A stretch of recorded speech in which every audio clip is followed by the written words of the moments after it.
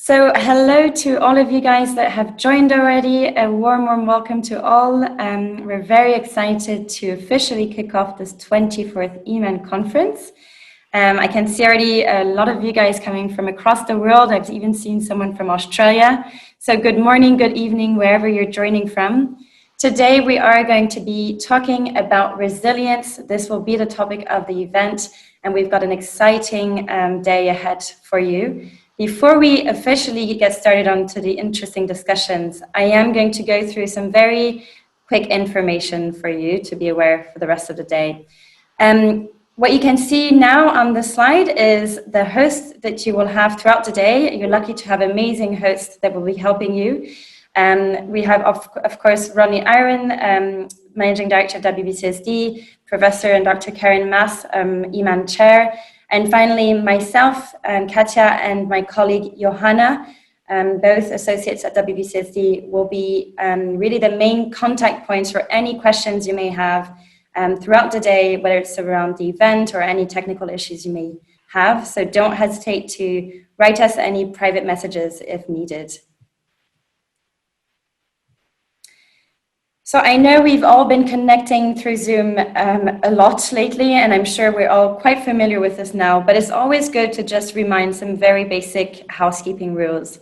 So as you know, we will be using Zoom throughout the day. So just so that you're aware, it's important for you to be connecting through the Zoom app or your computer. The reason being that we will be using interactive features such as breakout rooms. And for you to be able to take part in those kind of features, you need to be onto the app or the computer. In another way of saying, just don't join by dialing in. I've also already mentioned into the chat, and for those that are joining now, it would be great if you can please change your username. If you go into the list of participants, find your name, you should then have an option to click on more. And once you click on the more option, you should have a rename option. Please make sure to have your first and last name as well as your organization. This will be really helpful for everyone on the event to be able to network if they wish, and also so that we can allocate you into the right morning session later on. We're going to be using the chat function also throughout the day. So if you have any reflections that you wish to share, any questions, don't hesitate to use that function. It should be on the bottom tab of your Zoom. We encourage all of you guys to share throughout the day. We can all learn from each other, so please don't hesitate to ask questions, share your experiences. We'll be happy to learn from you. Finally, our event is being recorded at the moment, and all of the slides as well as the recording will be made available onto the EMAN event website after the event. So I also just need to kindly remind you that, and this is something we have to remind in every WBCSD event, that we operate under an antitrust provisions. So we invite you to avoid to take part in any discussions of competitively sensitive topics, such as the ones that are listed on the slide at the moment. So we'd appreciate if you can please be sensitive to that. Now over to a bit more exciting aspects, the agenda for today. So what you see here is the program that we currently have for the morning part. So we're soon going to have a chance to hear from Professor Rodney Aaron, who will be welcoming you all of you, and will also take a little moment to introduce himself. We'll then have the chance to hear from Karen Maas, who will officially kick off this 24th EMAN conference. And then you will have a choice between two morning breakout sessions. A lot of you have voiced out the choice of breakout session you wish to be in, and we appreciate that. We will therefore be allocating you to that choice that you have shared with us. For those of you that haven't filled out the survey, I'm afraid that you will simply be allocated randomly in one of those sessions, but don't worry, both of them will be highly interesting. So we'll have a first morning session around valuation and reporting, and the second session will be around looking ahead with COVID-19, and an interesting session around TCFD and risks. We'll then all come back in plenary to share key insights from each morning sessions before we then go for a quick lunch break. Just quickly onto the morning sessions, we're going to be using breakout rooms. You don't have to do anything. You will automatically be allocated into the room of your choice. Again, now I'd like to also quickly share the amazing speakers we will have this morning. I'm not going to introduce them now. You will have a chance to be introduced to them during the morning sessions. But just to highlight that we've got an amazing panel here, a nice mixture of business representatives, but also academics. So I wish to also thank all of these speakers today who have put a lot of time and effort in preparing their respective sessions. Quick words about the program for the afternoon. So again, we are going to have 3 different afternoon workshop sessions. There as well, you've had a chance to voice out the ones you wish to be in, and you should have also received separate Zoom links. So this is very important to keep in mind. Once we go into the afternoon, you need to make sure that you join the respective link for each session, and I'll get back to that in just a bit. After we've had the afternoon breakout sessions, we're going to have a chance to have a quick coffee break before we all come back again onto this main Zoom link for the EMAN event to share key highlights from each sessions. We're then going to have a very interesting session from Sue Farmer on what it means to build personal resilience. We're going to be talking a lot about business resilience, but I think we've all learned through COVID that personal resilience is just as important. And so we'll have a chance to get some very interesting insights from Sue Farmer on that. And finally, we'll be wrapping up the EMAN event by sharing final key learnings and wrap up that we'll have a chance to get from Rodney and Karen before ending the event at 5:40 sharp. And then finally, we of course all invite you to then join for virtual networking drinks, which is of course optional, but I think it'll be a lot of fun. So please join us for that as well. It'll be very informal, just a really good chance to continue interesting discussions after the event. Now, this is a reminder again, at the moment we are on the main event, EMAN event Zoom link. And what you can see is for each afternoon workshop, you have separate Zoom links. Don't worry, we will make sure to send those separate Zoom links again into the chat here for you to have them. Just make sure that you use that separate Zoom link for joining one of those afternoon workshops. And then finally, when we all come back in plenary after the afternoon workshops, please use again the main EMAN Zoom link that you're on at the moment. So that is it for me. I would like to now pass on to Ronnie, who's going to share some welcoming words. Thank you very much. Thank you very much, Katja, and good morning, good afternoon, good evening, everyone. Wherever you are in the world, you're very welcome to this EMAN conference. This year, it was my turn to host, and unfortunately, COVID-19 made us have to rethink the whole conference. We should have been in Geneva.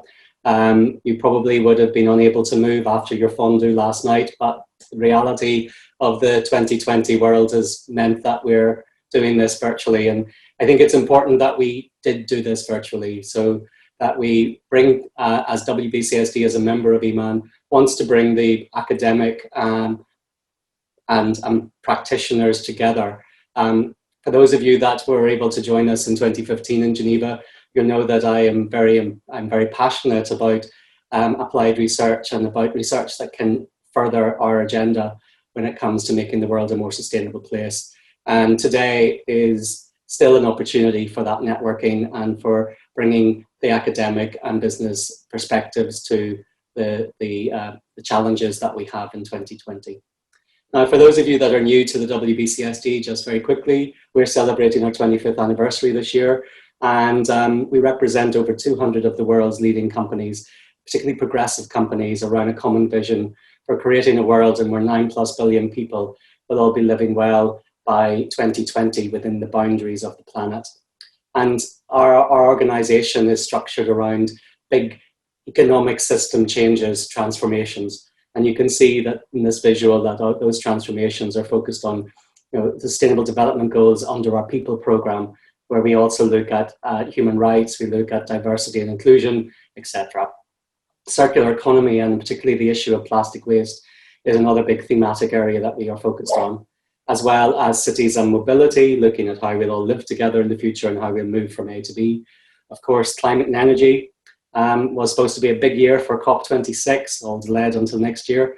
But our work on climate and energy is helping not only with helping companies transition to a low carbon economy, but also dealing with the policy interventions that are needed to make that possible.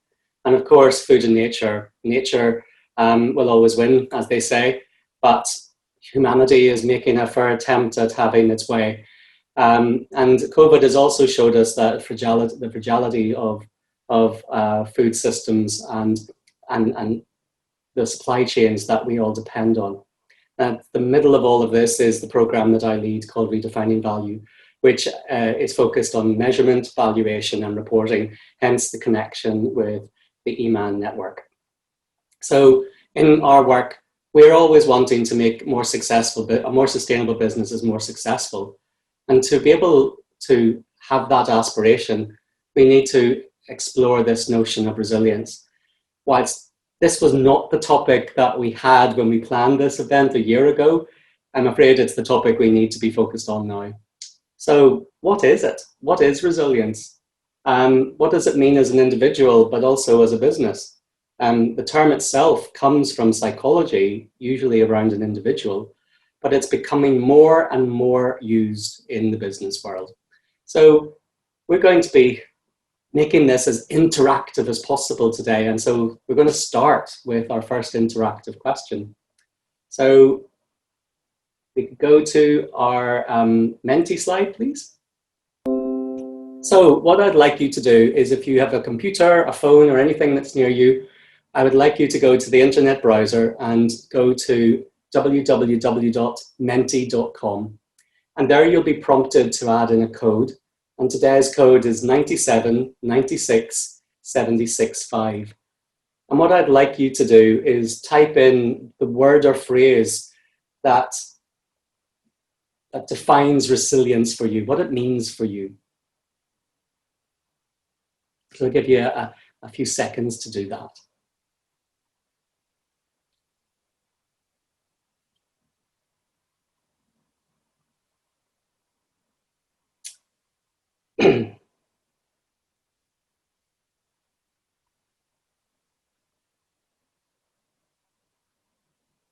And here we start to see all of the terms coming in.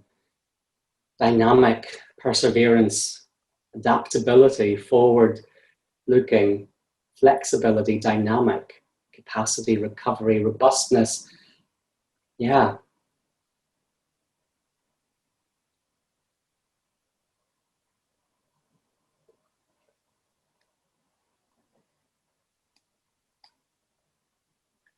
Well, today, as part of our conference, we're going to be exploring what this can mean for everybody, both at a personal level. So we're going a little bit off the normal script for an EMAN conference and looking at you as individuals and how can we make sure that by the end of today, you have a little bit more understanding of how resilient you are and what tips and techniques you can deploy to help improve your resilience. So there's a personal element to today's journey, but there's also what does it mean for the business community. So what is resilience? Well, resilience, according to the American Psychological Society, is the process of adapting well in the face of adversity, trauma, tragedy, threats, or significant sources of stress. And later on today, we'll examine that whole word stress because we use it a lot. But what does it really mean and how do we know when it's happening? It means, according to the American Psychological Association, bouncing back from difficult experience. The term is mostly, as I said, associated with psychology, but as I also said, we're seeing this term appear more and more in the business lexicon. And it's replacing, in some cases, the word risk management. Being resilient doesn't mean that a person or a business doesn't have trouble or distress. The road to resilience is likely to involve considerable emotional or operational distress. And resilience is not a trait that people or businesses either have to do or either have or do not have. It involves behaviors, thoughts, and actions that can be learned and developed in anyone. So if we look at the factors in resilience, when putting this conference together, I wanted to share with you what the factors are and also show you how in today's conference we're going to try and address them. So the factors in resilience are a combination of factors that contribute to us being more resilient. And many studies have shown that the primary factor in resilience is having supportive relationships. So today we'll be looking at your own individual relationships, but also how you can improve those relationships. And this conference in many ways will allow you to broaden your network. Relationships that create trust, provide role models, and offer encouragement and reassurance often help to bolster resilience as well. And there are several factors that are associated with resilience, including the capacity to make realistic plans and the steps needed to carry them out. Now that's applicable to an individual or to a business. A positive view of yourself or your brand, and confidence in your strengths and abilities. Skills in communicating and problem solving, the capacity to manage strong feelings and impulses. And all of these factors people can develop, our businesses can develop. So the 10 points that we will focus on today that come from the American Association or Psychological Associations is make connections. So I encourage you today, through the chat, through the conversations that you'll have, the networking opportunities, is make more connections, create a good, solid infrastructure and network. Avoid seeing crises as insurmountable problems. As Winston Churchill famously said, never waste a good crisis, but avoid seeing them as insurmountable. We'll all get through this, is what we are all hearing. Accept that change is part of living, and we at the WBCSD have been very adaptive, and I'm sure all of you that are either in businesses or in academia have had to react very quickly to the evolving landscape. And for those of you that are going to be welcoming students back into your classroom shortly, or have had already done so, you already have probably adapted your practice.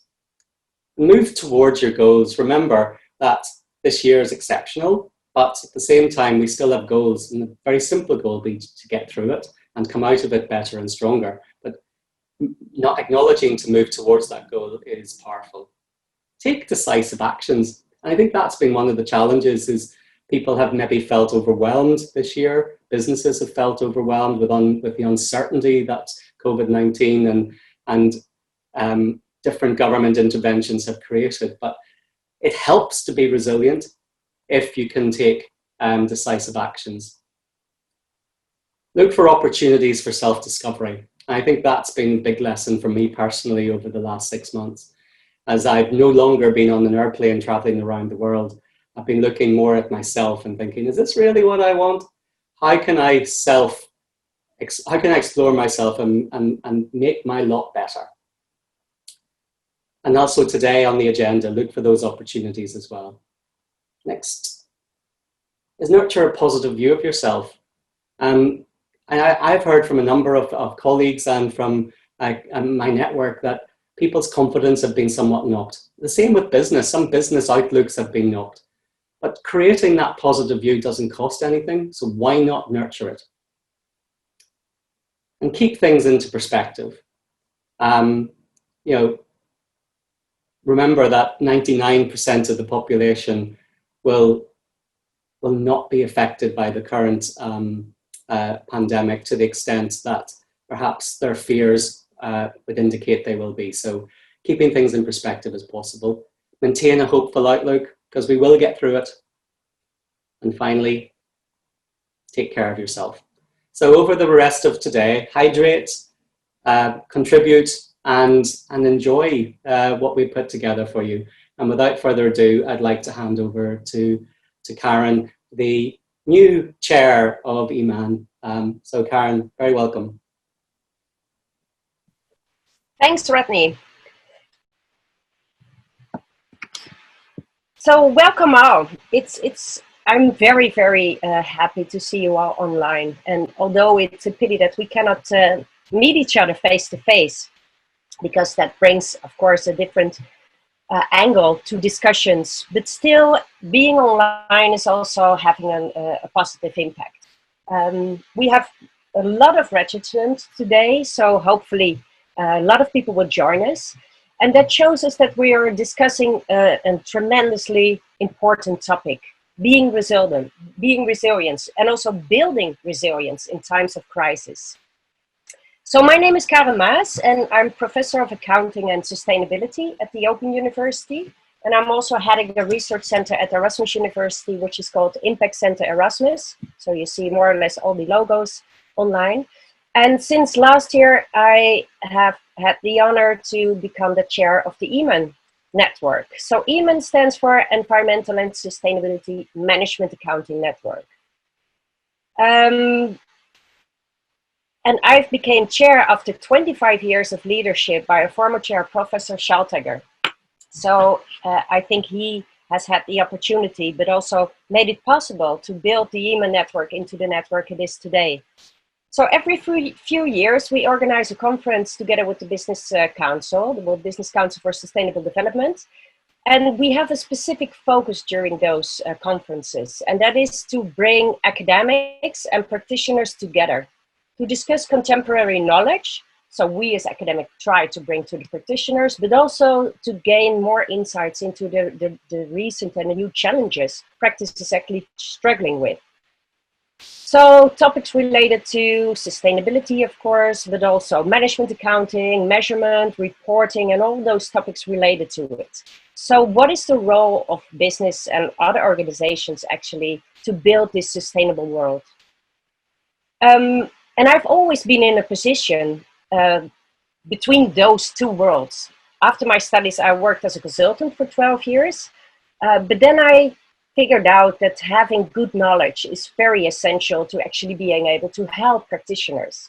And now being an academic for the last 13 years, the academics say I'm not that academic as they wished me to be, but still I'm able to work with practitioners and to research those kind of topics that are relevant for practice. And that gives me a lot of energy, that gives me a lot of joy. And I think that's very necessary to build this bridge between academia and practice. So the recent, you can go to the next slide. Yeah. So this is more or less my position. So we do a lot of research and we try to dive into theories and concepts, but every time we try to bring it to practice, they want a very easy storyline, a very easy way of calculating things. And that's always the struggle, the challenge, but also the ambitions, at least I have as an academic.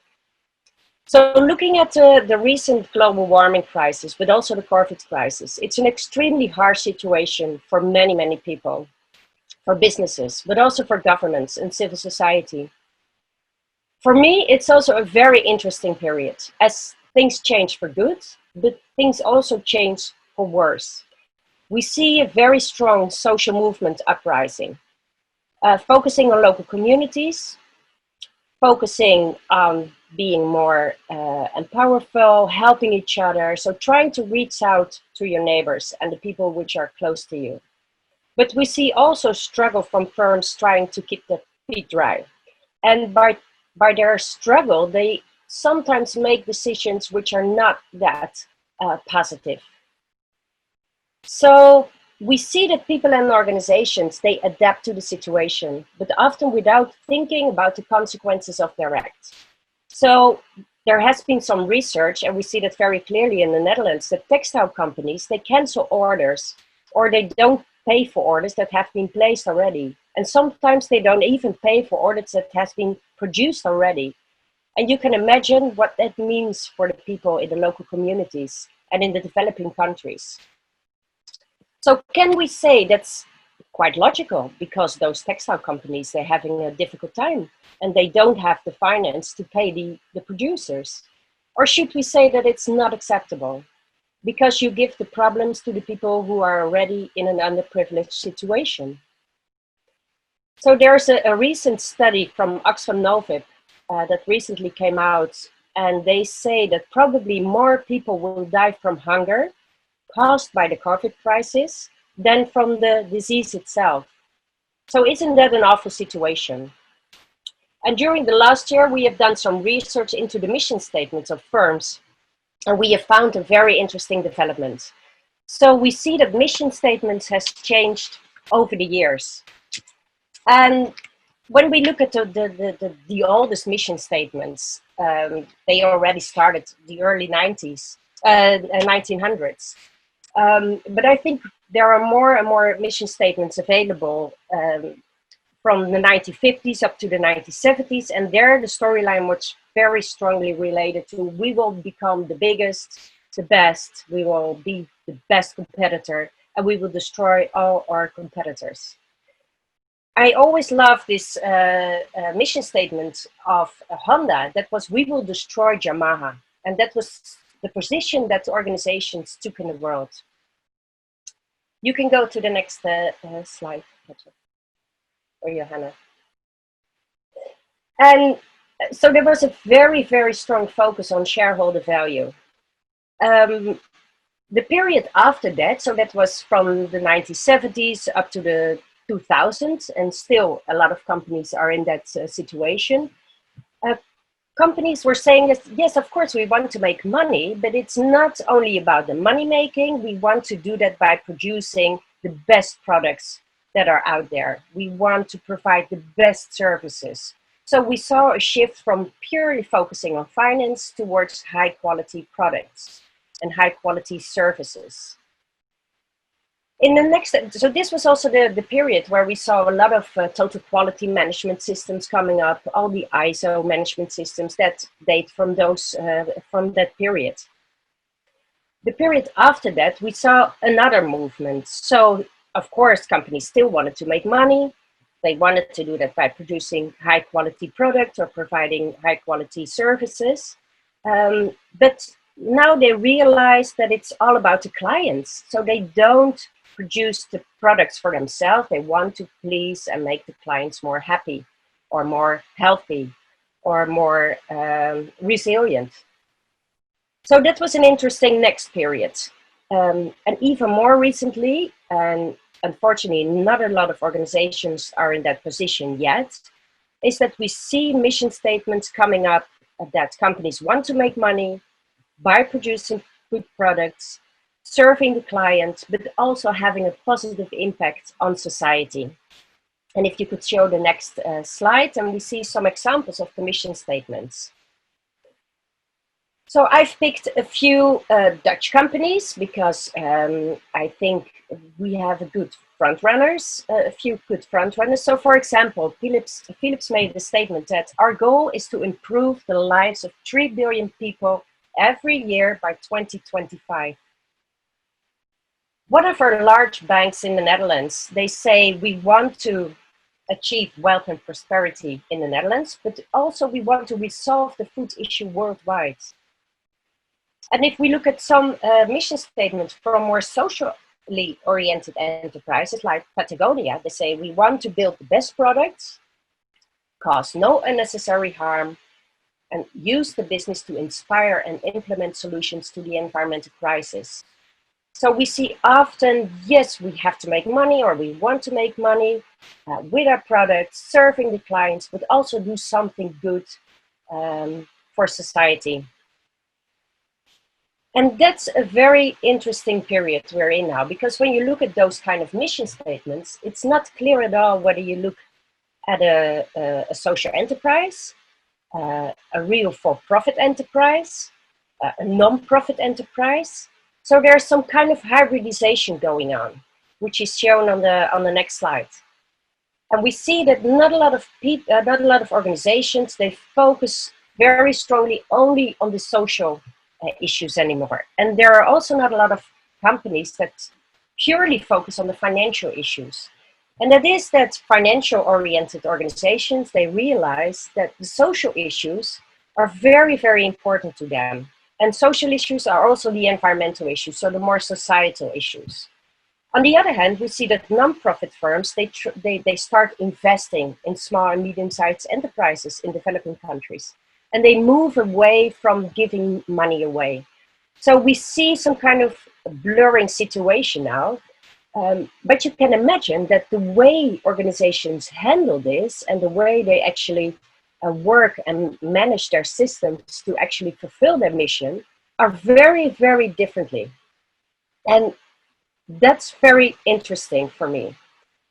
So we have done some research into the different approaches that companies actually use, and we have called them business models, but you can also call them approaches, more or less. So on the next slide, we see that one of the first business models that companies use is finance only. So we focus on finance. And finance has to grow. And there is only a very limited amount of things that we don't do. And that's the black or the blue dot in the middle. And that is everything that is not allowed by law or by regulation. So we do everything to earn as much money as we can. I always dare to say that in the Netherlands, but hopefully in Europe, we don't have those kind of organizations anymore. And I know that it's not completely true, but it is a situation where we have to move to. So a second business model is that it's still all about the money, but you see that the inner dot, it enlarged a little bit. And now the wording ESG is in the middle. And ESG stands for environmental, social, and governance policies. So those are firms that still want to make a lot of money, but not despite of everything. So they say, we know that it's not a very right thing, or we don't want to be involved in child labor or slavery issues or very high CO2 emissions. So there are several things that we don't accept by the way we earn our money. But what we see here is that ESG is a means to the end of making money. So it's a very do no harm perspective. So those kind of companies, they will not take a lot of effort to have a very good ESG policy available. They do as much as they have to do to make sure that it's all in line with their finance-only perspective.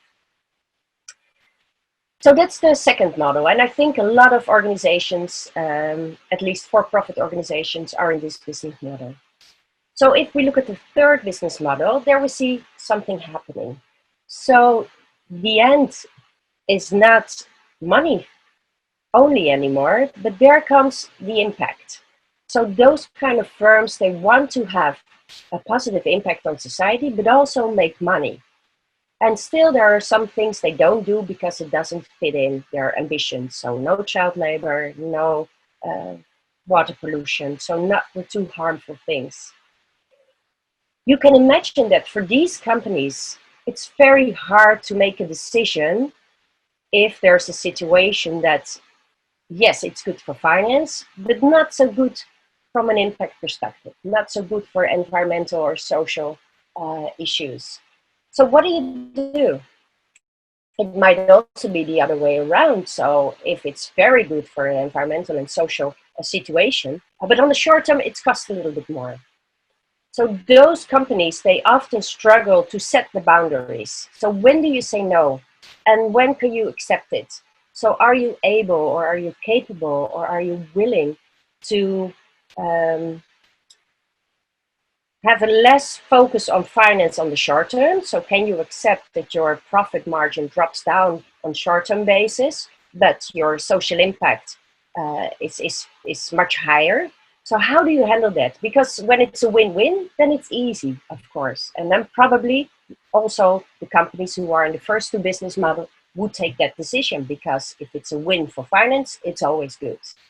So the main struggle is when it's a win-lose situation, at least on the short term. In the fourth business model, we see that finance moves into the inner circle. So those are the typically social enterprises. So they have been started up to have this positive impact on society. And they use actually money to make that happen. So finance comes a means here and not an end in itself. So yes, we need finance, but only to be able to produce our products or to provide our services.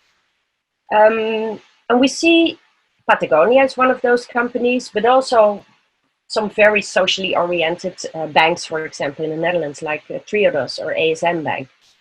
So they have a very strict focus on impact, and they use money as a mean to the end of having a lot of social impact.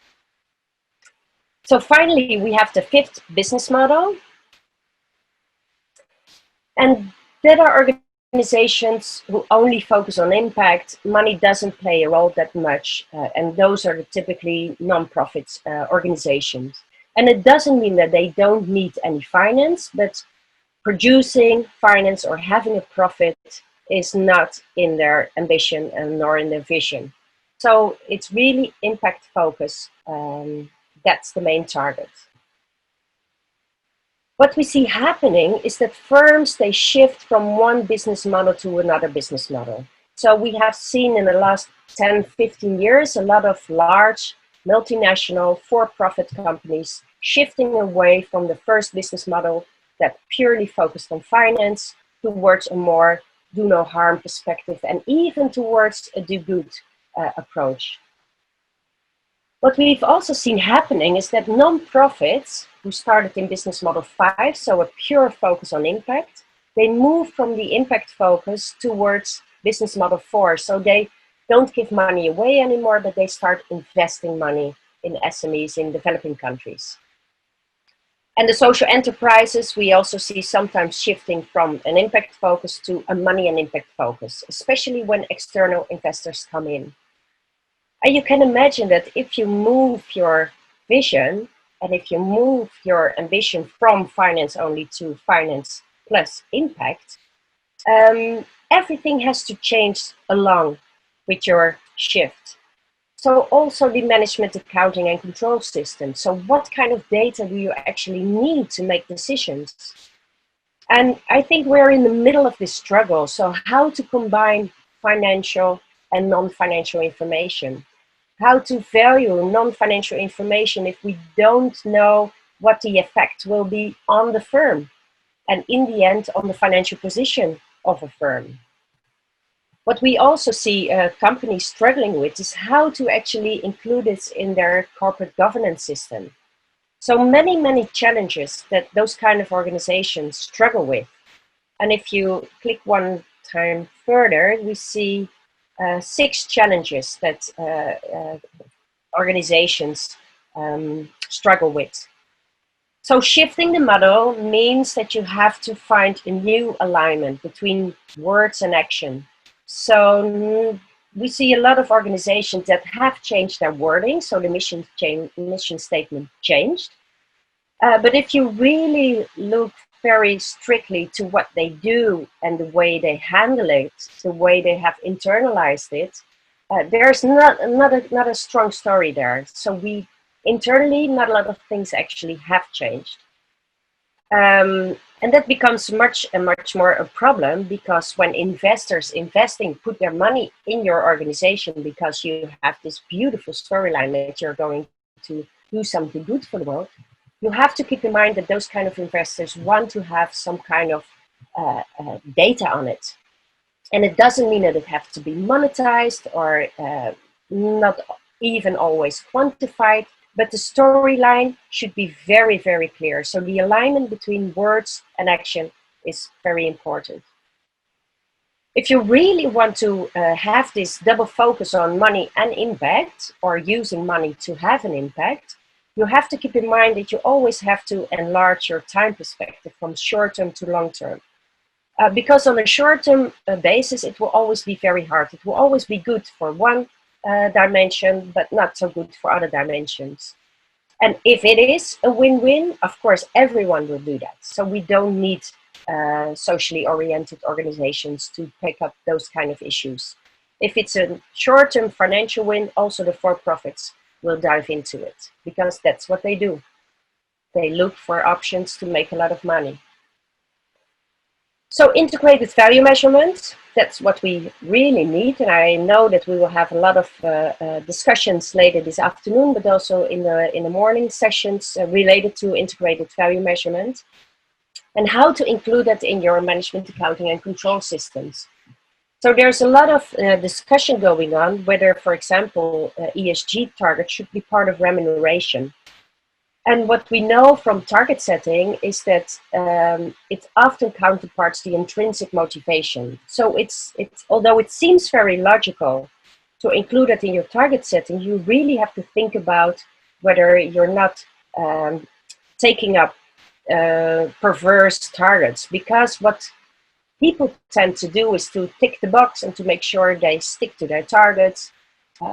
So you have to really think what kind of targets you need to fulfill your ambition. And that's all part of the management accounting and control systems. And finally, from output to impact. So what we see happening is that a lot of organizations, they are very capable of telling and saying and explaining what they have done. So we have trained many employees, we have had a lot of stakeholder meetings, we have spoken to everyone, we have taken specific items into account when we made a decision. So the storylines are out there, and the output data is often also available. But what is not that clear is what the impact is of those kind of outputs. So what does it mean? If you really have trained your employees to be able to translate the ESG policies to their daily practices, and you have trained all those employees, what is the effect of it? Do we see something changing? Do we see better approaches? Do we see less difficult situations related to fraud or too high emissions or those kind of things? So what is the impact of the things organizations do? And I think this is also a trend where we're in the middle, where we are in the middle of. So there are more and more metrics available, but still, how to argue that a company is investing private money to have a public value, and if you're not capable of explaining how this public value bounces back to your organization or what it means for your financial position, you will always have a hard time. So those are 6 challenges that we as academics are working on, and I think are very interesting from practitioners. And also those are 6 challenges that practitioners are really challenged with and are looking for answers. So hopefully during the rest of the day, we will have a lot of discussions related to those topics, but also a lot of opportunities to work together, or even a lot of solutions that we can provide to each other. So either the practitioners to the academics or the academics to the practitioners. So that's all I wanted to say. I'm hoping that the morning sessions and also the afternoon sessions will provide us a lot of opportunity to have a great discussion over those 6 challenges. And last of all, I would like to say enjoy the conference. And thank you, the World Business team, for having this all organized. So Katja, Johanna, and Rodney, and the rest of the team, it will be much fun. Thanks. Thank you so much, Karen. We actually have a question for you, so you can't go too far away just yet. So we have a question in the chat function from Frederick Barge from Reward Value Organization, and I'll just read it out to you. So moving to the 3rd and 4th business models is also dependent on the attitude of the investment community in allowing a more long-term orientation. For this to happen, long-term orientation needs to be more embedded in the investment value chain on the one hand, and in executive remuneration on the other hand. What is your view? Yeah, of course, you're completely right. So I've just came out of a course. So we are also organizing courses on sustainable finance. So yesterday and the day before, I was together with a group of 24 institutional investors, but also people from banks, discussing this topic. And the main problem is that, of course, the organizations, they want to have this long-term perspective and they're willing to enlarge the time frame. But the individual investors, often their target setting is based on short-term performance. And that's very problematic. And I do see a shift from short-term to long-term. But also investors still find it very hard because they have their fiduciary rights. They have to work into the best way for their clients. But at least the discussions pop up. We have some good examples available. And I think in the next 10 years, we will have this huge shift from short-term to long-term. But we also have to keep in mind that not everyone is willing to give up the short-term goal-catching perspective. But a lot of us do. And we're starting to see the chat function heat up here. So this is what we want. So Dr. Sonia Stuchty, sorry if I've got that wrong. Question is, shouldn't output dimensions be judged from the outside of a company? But what do you mean with that? Shouldn't output dimension be judged from the outside of a company? So you mean that the stakeholders say whether the performance is good enough? And if that's the question, yes, of course it is.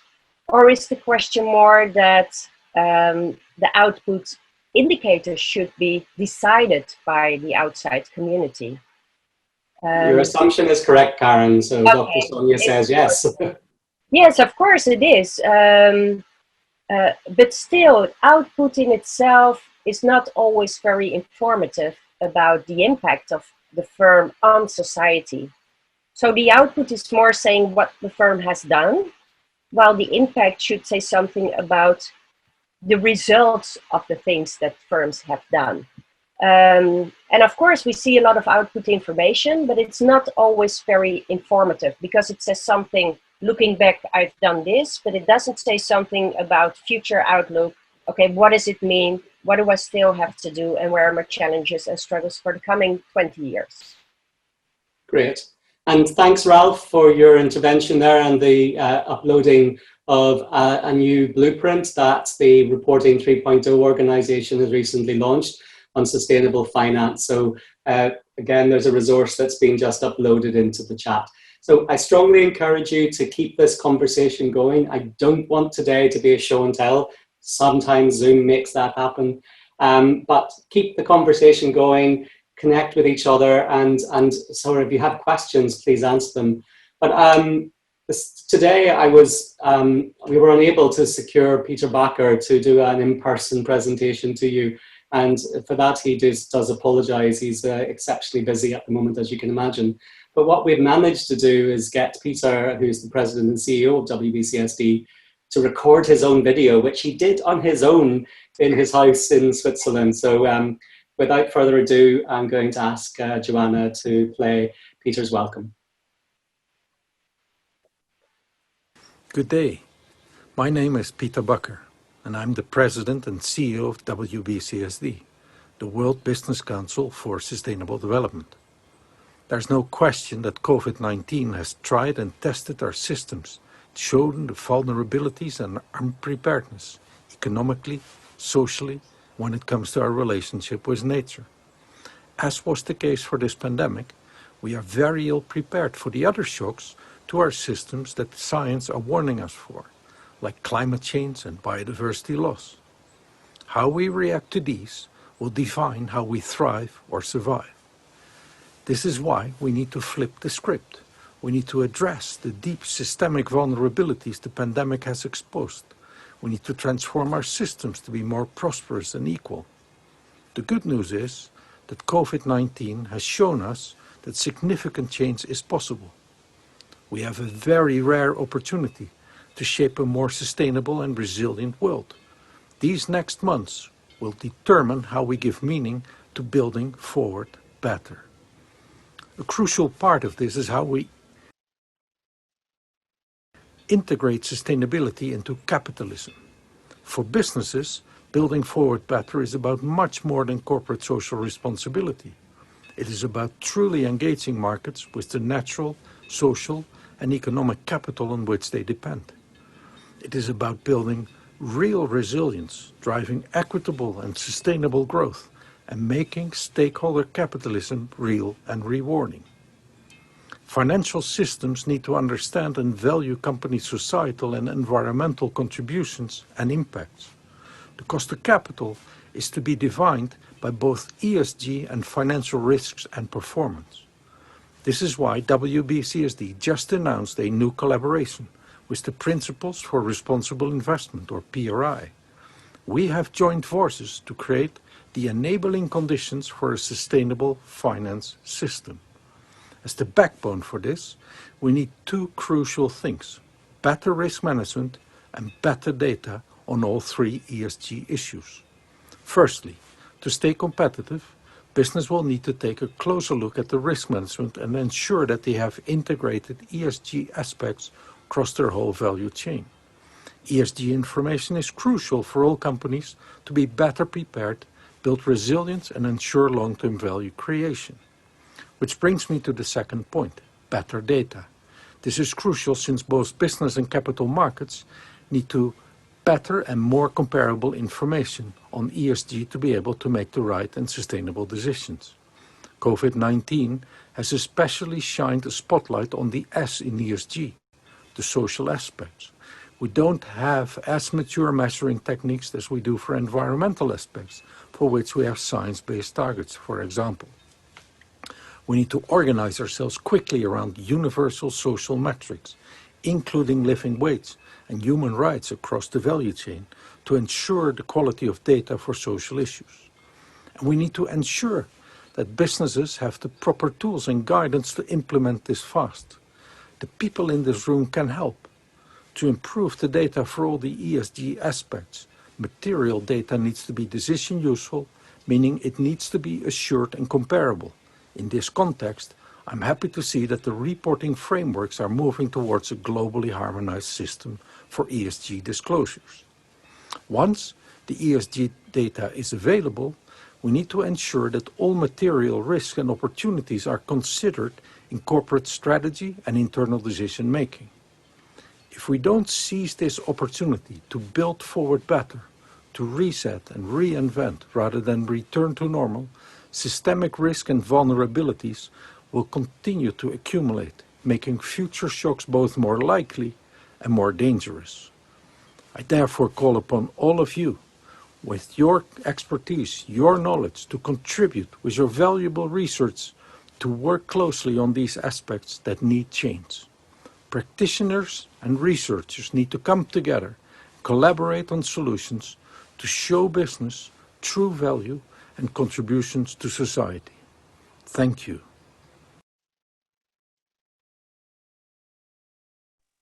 And thanks also to Peter for taking the time out of his busy agenda to make that video. And it emphasizes the importance at WBCSD of academia and practitioner collaboration.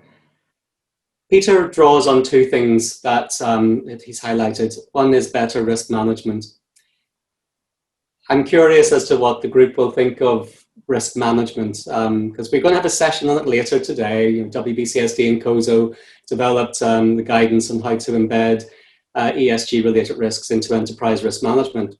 But let's look at the sobering facts. COVID-19 is the fourth respiratory illness in 18 years, and it's the second global pandemic in 11 years. But when we at the WBCSD did some research, we found that only 8 organizations out of 400 actually identified a health pandemic as a potential risk that they disclosed in their external filings. And the question is, why is that happening? Why when we've had 4 respiratory illnesses, why when we know that SARS and H1N1 and COVID-1 and COVID-2 were in the atmosphere, were circulating, did business not address this, or not identify it or prioritize it? And today we're going to explore what are the changes we need to make to maybe move away from risk management into vulnerability management. How do we assess business's vulnerability? Because at the end of the day, as human beings, we're all subject to bias. And I don't know about you, but when someone asks you, how likely is that to happen? Many people will say, not on my watch. Now that's bravado. That's not based on fact. Secondly, he's talked about data. And question maybe for you, Karen, on your presentation, you talked about the different business models and the way in which finance was maybe outside, ESG was sort of, not really embedded.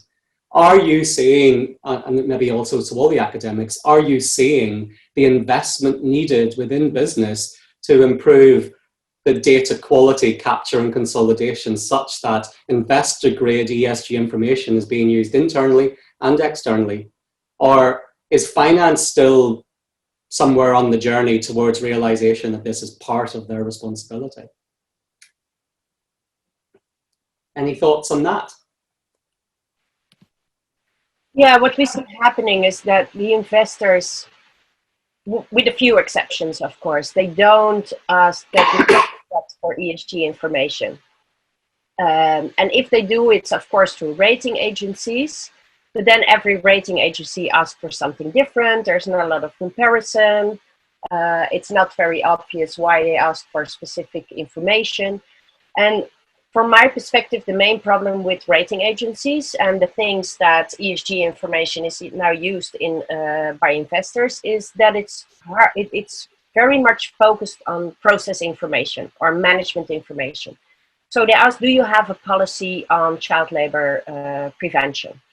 And for companies, it's not that hard to come up with policies and documents where they state what they are going to do. To have a check on the actual performance and on the impact, that's much harder. And I think most of these sustainability rating agencies, they want to move towards more performance and impact-based measurements, but it's very hard for them to do because this is also often not information that the companies themselves can provide. So you should really move to the producers or clients or whatever to look at the impact of the things they do. And that's one of the most problematic things. Great, thank you. Well, without further ado, I see the chat is starting to hot up even more, so keep it going. And I'll now hand over to Katja, who will direct us into our breakout sessions for this morning. So now we're moving on to the morning breakout session, and we're going to have two great aspects looking at valuation and reporting in the era of uncertainty. And then we'll also have looking ahead with COVID-19 and preparing for systemic risks through TCFD. And this has really also a lens about resilience. So you have already been allocated to the two sessions. And if there's any issues, you can leave the room, come to the main plenary, and I can allocate again if anything comes up. So when the sessions are starting to end, each group will be notified that the time is coming to come together once again into the plenary session. And as for the morning session, same house rules apply. So do put questions in the chat with the moderators, and the speakers are happy to answer these. So without further ado, see you guys in the breakout rooms. To use it. And Delphine, that was very interesting that she is also working on the valuation, but also integrating that in MBA, because having it included in education is at least the first step we need to take, because everyone should be much more aware of the cost related to externalities. In the second session, we focused on materiality, and we discussed the materiality process, the different perspectives, different definitions. Very interesting indeed. And what it seems to the group is that materiality is often used for reporting, and that's more, and if you link your materiality assessment to that, it's more to have support for the question, am I doing the things right? So it's more checking up whether you're reporting on the right issues, whether you're doing right. While you could also use materiality more upfront from a strategic perspective, and then you would change to the question, am I doing the right things? Which is actually much more interesting. But then the questions rose from material for whom and from which perspective, from a business perspective or from a societal perspective. And that's really intertwined, but in reality, companies seem to pick one specific perspective and don't use it very strategically yet. And we had a very nice example of Inel, of Julia, how she is actually using it. And Yilde explained the research she's doing together with the World Business Council on drafting the scene. So what are companies actually doing now, and what would be the best step forward? So how could we actually improve it? And that will hopefully, together with the World Business Council for Sustainable Development, end up in some kind of guidelines for companies to improve the whole process around materiality. So that was a short wrap-up of what we have been discussing. Thank you, Karen. Very interesting. And now I would turn to Igor So you had in your session, you had Lyndon Edgell talk about really resilience, the big picture and the vision going forward.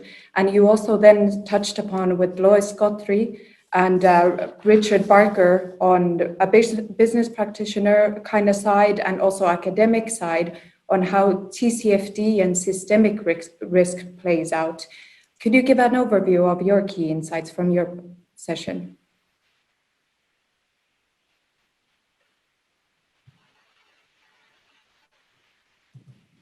Just double check that you're not muted.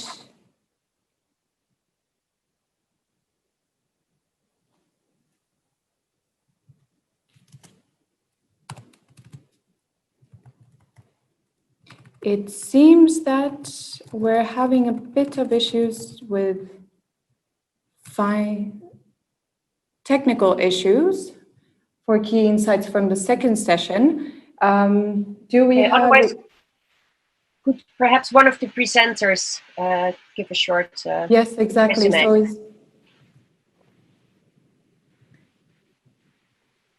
So if Rodney is on the line, no, he's not, unfortunately.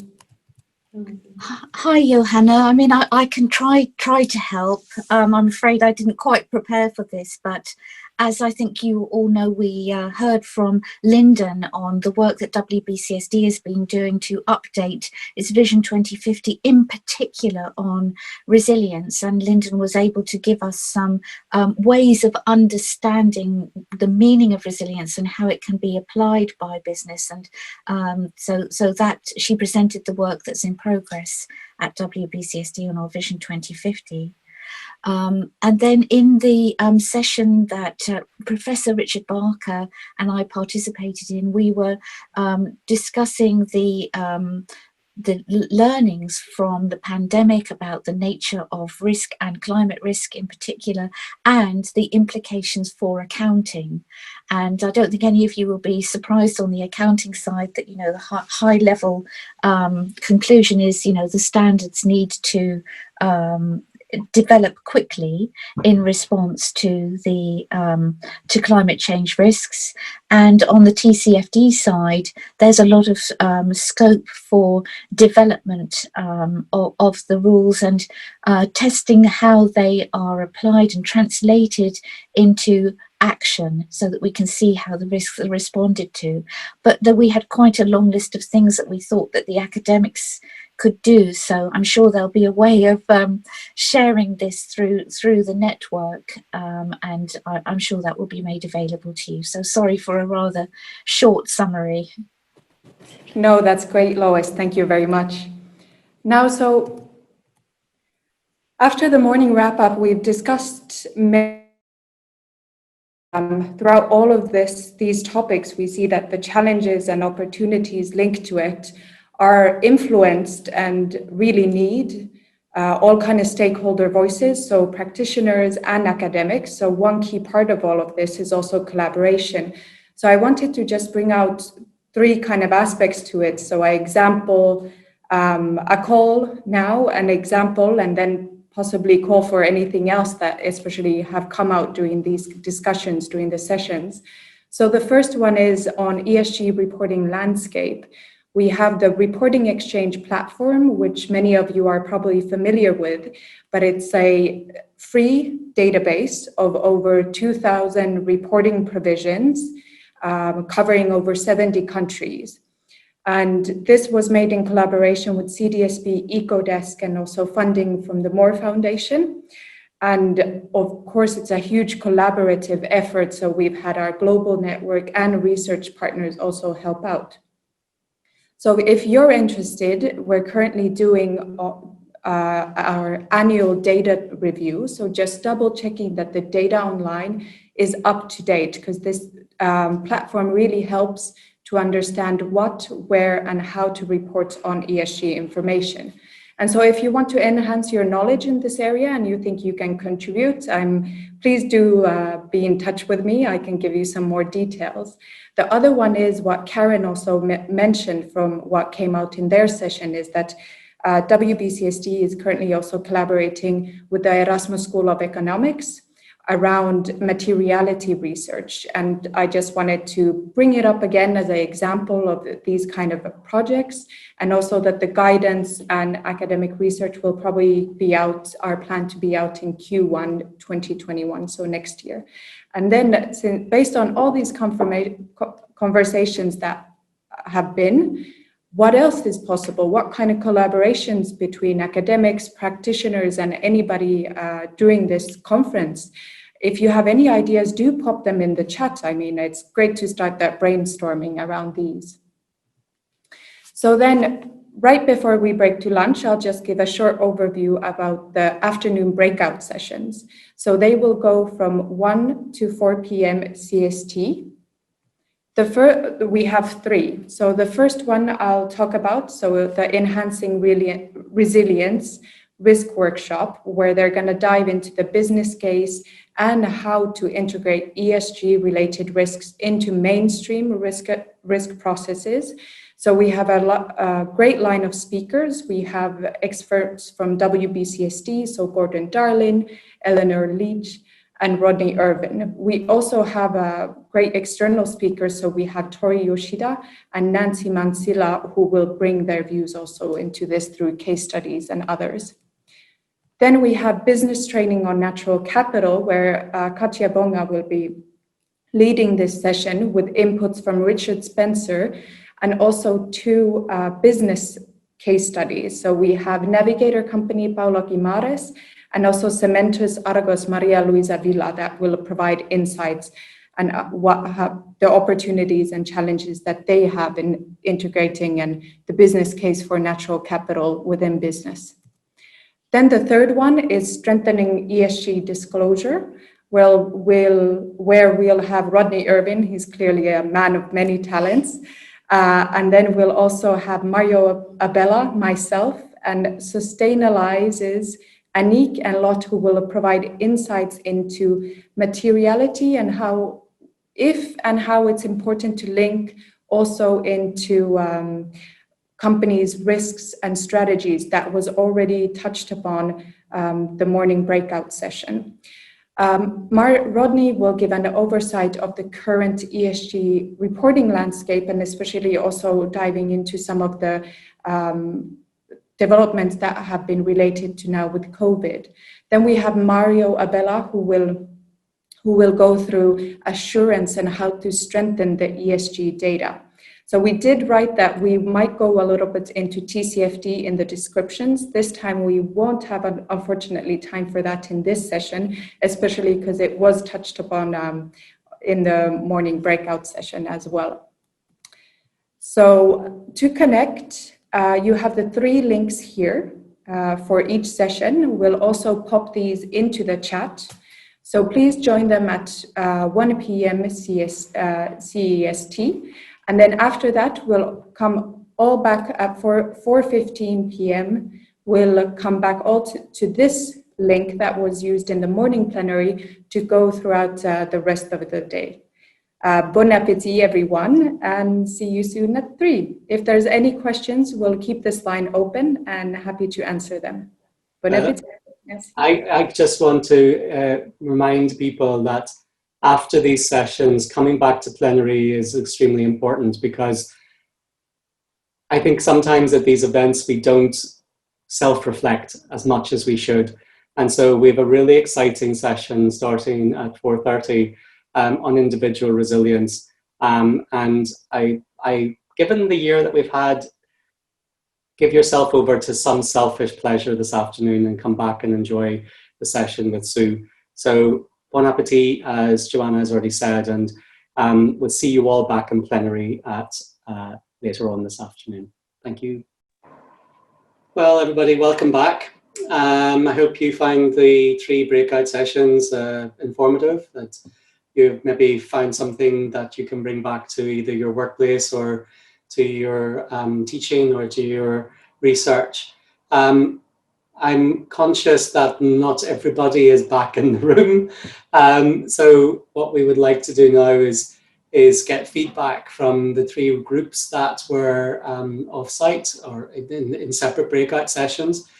I don't see my colleagues from Enhancing Resilience. online just yet, so they're probably still making their coffee. But so can I therefore ask Katja if you could provide some insights, share what went on in the business training on natural capital. And if I could ask you to do so in about 5 minutes, that would be great. Hi, Ronnie. Yeah, sure, of course, and probably will try and be even quicker than that. So in our session, we went through the business training on natural capital as part of the We Value Nature campaign. For those that aren't so familiar with We Value Nature campaign, it's a 3-year project which aims to support businesses and the natural capital community in increasing uptake of natural capital approaches. And so during that training, we essentially went through an introduction to natural capital. So we focused on natural capital. We tried to understand what is natural capital, why it's important in terms of business decision-making and risk management. And we also had a quick overview of some of the key approaches that businesses can adopt. And so essentially, I'd say that the key learnings from the session is that every business impacts and depends on nature, directly or indirectly. We had a lot of discussions about how you can apply a natural capital approach and how that's important in making better informed decisions. And we went through the natural capital protocol as a helpful framework to identify and assess your impacts and dependencies on natural capital. We also discussed about how understanding, measuring, and valuing natural capital will help make better decisions and informed decisions as well, while mitigating your risks. And we also talked about how monetary valuation is one way of doing things, but not only. And we had a chance to hear from Paula, representing the Navigator company, pulp and paper company in Portugal, who gave us a very concrete and practical example on how she's adopted the natural capital protocol and more specifically the forest sector guide in their conservation strategy and biodiversity strategy as well. So that was really helpful in actually understanding how a business has applied the natural capital protocol. And we then had a chance to hear from Maria from Cementos Argos, a cement company based in Colombia, who's shared their value added statement. It's a very different example where concretely they've measured and valued in monetary terms their impacts, not only on natural capital, but also economically speaking and on social and human aspects. So we had a really interesting discussion there with Maria as well on what the challenges are in doing such a type of assessment, but also the benefits. And one of them being, which was discussed this morning as well during the session with Christian and Delphine, that it's a language that can speak to a lot of people, among other things. So that's essentially sort of the discussions we had, and yeah, hopefully it was a rich session for everyone.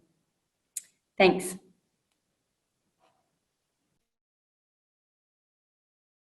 Thank you, Katja.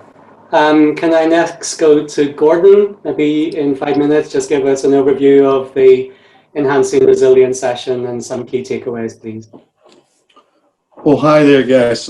Thanks, Rodney. So the Enhancing Resilience session, it comprised a review of the business case for ESG, incorporation of enterprise risk management techniques applied to ESG, and so looking at kind of the changing global landscape, considerations of investors, customers, employees, and regulators and communities and NGOs. And then also considerations about how prepared organisations were based upon kind of existing approaches to risk management and crisis management for the pandemic, and some of the learnings from that. We discussed our guidance for the application of enterprise risk management to ESG related risks, which we co-developed with COSO. And we provided an overview of the 5 chapters of that guidance, which cover good practice and processes and capabilities, guidance around governance and culture, strategy and objective setting, risk management, so in relation to identification, assessment, prioritization, and response to risks. And then also the guidance covers monitoring and the reporting and disclosure of risk performance. So following that day, we then had played a risk game, a kind of a Zoom-based version of our risk game, which was really good, which Rodney facilitated, and I think that was interesting in a number of levels, both in terms of the engagement and kind of focus of those who were playing the game, but also in a couple of points that came up about how connected and easy it was to interact, not specifically for the game, but from a general point around Zoom and the impacts of Zoom and how well we have conversations and voices being heard. And so when we're thinking about how we felt playing the game, there were some really kind of interesting personal dynamics that came out from that as well. And then Tori from the Nomura Research Institute and Nancy from the ISOS group, they presented case studies ranging from Google and Salesforce down to WD-40, and they were looking at the risk assessment and identification strategy and objective setting and critical considerations for these organisations as they built their capabilities and specific products, and looked at the value both from financially and business performance, but also societally and across different capitals. And then finally, we talked about the criticality of looking at the connectivity and dynamics of risk networks and moving beyond impact and likelihood approaches to address the kind of characteristics and complexity and multifaceted aspects of ESG related risks. So I think there were some really interesting points came out. Actually, a couple of them needs for continued focus on board education and judicious decision making. I think being heard in a good Zoom world, but also having good conversations and keeping an open door to voices in order to get that diversity and breadth of view. And then finally, as I said, critically building resilience through understanding connections of risks. So, you're on mute, Rodney. That is probably the most common phrase this year, you're on mute. Joanna, you are going to provide us with feedback on the strengthening disclosure session, so over to you. Yes, thank you, Rodney. So during our strengthening disclosure session, we started by discussing the current landscape in ESG disclosure and some of the hot topics coming out of the press. So we just had last week, you might have seen, so the usual suspects in ESG reporting. So we have our GRIs, CDPs, SASBs, and the gang who announced a joint statement to work together towards harmonization this landscape, which is quite exciting. Also next week, a heads up, so we have the World Economic Forum and IBC that are doing their updates on their metrics, core metrics on ESG. And then there's also, of course, the task force on nature-related financial disclosures that is vamping up, that I'm sure that we're going to be continuing to see in the news on these. After that, we dove into a bit of how companies can essentially take back control of their reporting and disclosure by taking a step back and strategically thinking about their reporting process and applying judgment to it step by step.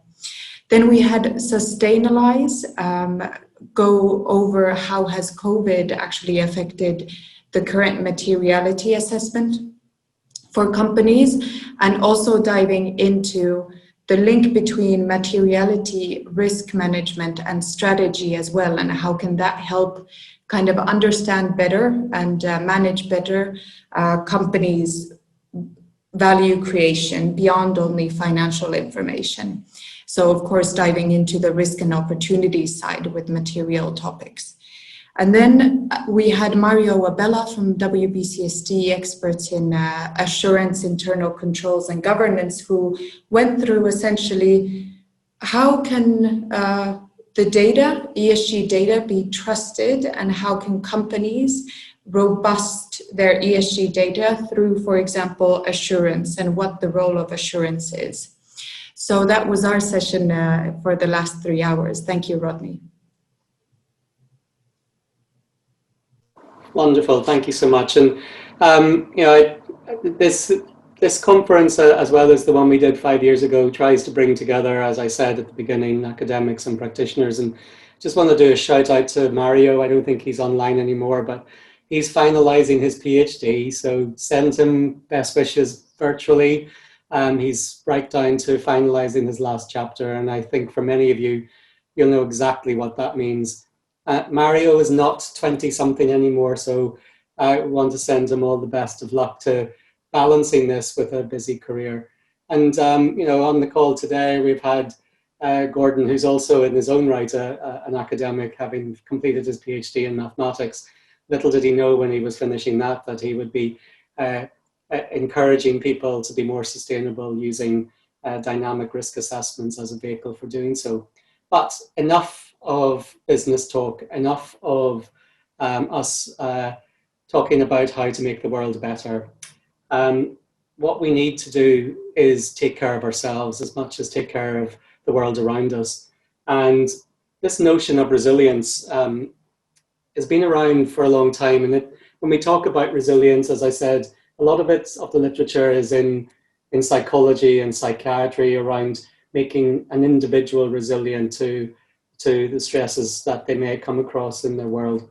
But I wanted to remind us all of Hans Karl von Karlowitz's infamous quote from 1713, which is probably the start of our formal writings on sustainability, when he said, "We must aim for a continuous, resilient and sustainable use of forests." So this term resilience has been around in sustainability for a long time. But what I've observed, and this is where I'm going to be a bit more vulnerable and talk a little bit about this year, is that this year has not been easy. And anybody that says 2020 has been one of their favorites probably needs further explanation of what's been going on. I've found being at home on my own sometimes quite challenging. I found the workload that I've been confronted with much, much heavier and much greater than the normal workload that I have, and trust me, that was never light. And I found that the blurring of home and work life is now such that I fall out of bed into an office.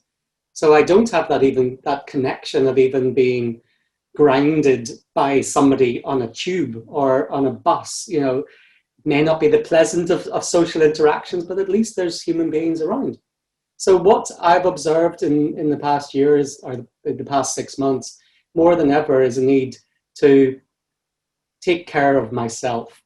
And so today I wouldn't want today to focus on resilience without us having a period of self-discovery, period of self-reflection, and a period of renewing our commitments to taking care of ourselves, because we need to be fighting fit if we're going to take on the challenges that the world needs to be addressed. And so it's without further ado and with great pleasure that I would like to introduce you to Sue Farmer. So Sue is the founder and CEO of a company based in the UK called Opportuniality.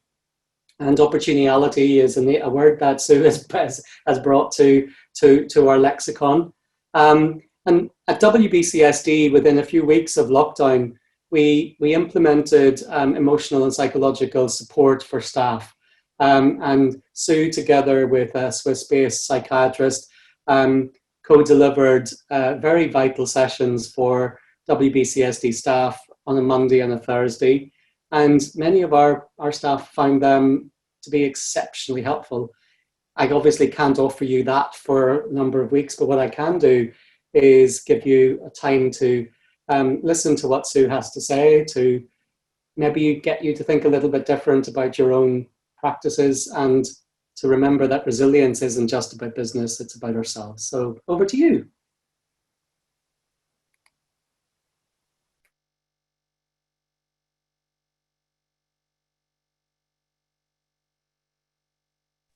So you're on mute, there we go. Yeah, I was waiting for you to tell me. All my buttons moved around just to see if I was paying enough attention. Thank you so much for the introduction, Rodney. And thank you also for causing us to think for a moment that, you know, it's tough in isolation. Let's not kid ourselves. This home working stuff, you know, it's got its benefits. But as with everything in life, it's also got its disbenefits. And we need to remember that. So when we start to think about how we are with us, we need to learn to be a little bit kinder to us.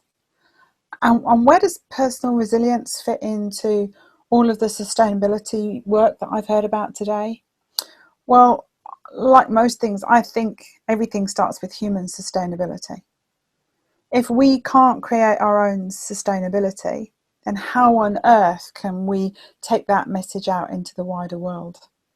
And even before COVID came along, I was in high demand to help people understand what was going on in terms of stress and a lack of balance and time. And one of the things that I'd like to share with you is that stress is very normal. It's something that we all encounter from time to time, but how it impacts us and how long it impacts us for is between us and us. We drive that. It's just that we may not be aware of how we drive it. Now let's understand that the operating system that runs inside our body is vastly outdated. We weren't designed to live in the world that we live in today. You know, I heard someone earlier talking about flight, fight and freeze. And to our instincts in our brains and the way our bodies respond, we're still thinking about tigers in the jungle. Now, we may think of some of our bosses as behaving like tigers in the jungle, however, they don't impact us physically in the way we used to be impacted. And yet our response is still the same. And if we're going to build resilience, then we need to get to know us. And we need to get to know us in a way that we probably have never even believed that we could do that. Because if we don't know us, then we won't know when we're reacting in a less balanced or a more stressed way. And the minute the stress comes on, as you'll see as we go through this process, well, actually we're no longer in control. So as we recognise that we're in chaos, COVID-19 has just added to life's chaos and its complexity and its challenge. Let's start instantly by building some balance. So all I'd like to ask you to do, it's been a long day, is just to get comfortable in your seat. Put all of your attention in the area of your heart and just breathe a little slower, a little deeper than you would normally. Now, sometimes when I ask people to do this, I get a bit of resistance. This stuff, it's not for me. I don't really need it. I've got my own ways of coping. Except as we go through this presentation today, you'll see that building an inner balance is a bit like having vitamin C. It is for you, and if you don't have it, the impact is huge from a health perspective, never mind a business performance perspective. So please, play with me just for a while. Put the focus on your heart and take your breath a little slower. And because most of us been sat down all day in front of our computers, we probably haven't been breathing too well. So as we breathe, I'd like to ask you to send your breath all the way down into the bottom of your lungs so that you stretch out your diaphragm.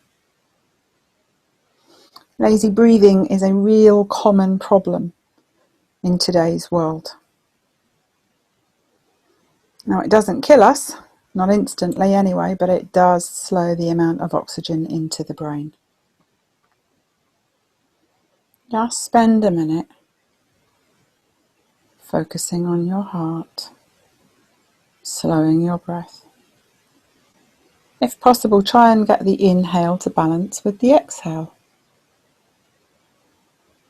And just try and keep your focus and your attention in the area of your heart and in the area of your breath as I continue taking you on a journey about you. Now, why did I do that before I introduce myself? Because a busy mind has busy ears that don't hear very well. And actually, I care passionately about human sustainability. So I really want you to hear. So you can see I work in a variety of ways, and by the way, my background was as an IT consultant before I became a business change consultant, running a number of turnaround projects and businesses to get them back on their feet. And all through that, I observed how important people were and how understanding us and getting to really know us is the key to our sustainability, our longevity, our ability to get things done in the world. So who am I? I'm someone who spends their life helping individuals, teams, and organisations be at their very best. And who are you? Rodney earlier was talking about self-care and self-discovery, something that he's put some focus on in his introduction this morning. Well, who are you? When have you spent time thinking about who you are? If we don't know who we are, when we get caught up in life's illusions, and the picture that I'm showing here is of a wildebeest on the salt pan in Etosha in Namibia. And in the distance, you may see that little dark blob that looks a bit like a kind of rain cloud. And you may be wondering, what on earth is a rain cloud doing over a desert salt pan? Let me tell you, that's a mirage, an illusion, something that a camera can pick up, but actually in real life doesn't exist.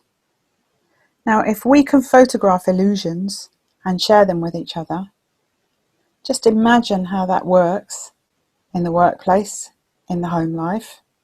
We need to bust these illusions and really get on top of who we are, how we work, and what do I need to be aware of so that I can really build resilience.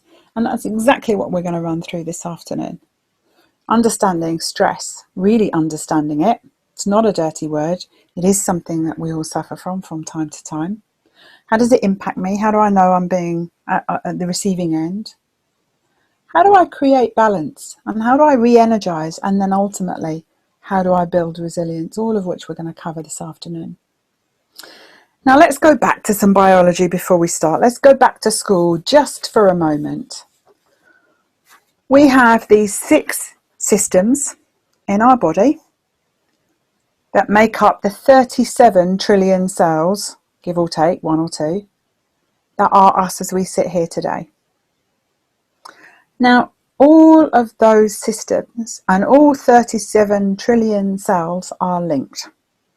You cannot impact one part of a system without having a reverberation across the whole 37 trillion cells.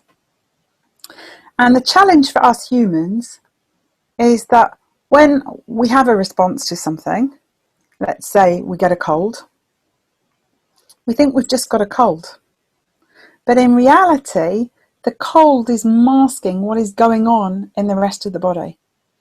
And the rest of the systems were showing signs of dis-ease, think about our language, way before the cold came to manifest itself. And so therefore, how do we get to notice that actually something's a bit off kilter? How do we get so up close and personal with ourselves? Well, if we're going to do that, we then also need to understand what stress is. Let's blow the myth of stress. Well, stress is tension, and it could be physical. So I could have a strained muscle, or indeed, as I suffered unfortunately recently, a broken bone. That's a stress response. Could be mental, or it could be emotional. Quite often, it's associated with negative feelings or emotions. And it certainly is something that we experience when we sense the expectations, either realistically or otherwise, are more than we can meet. Stress will trigger to one degree or another the flight, fight or freeze response. And what that means internally is we're in a state of allostasis. We're imbalanced.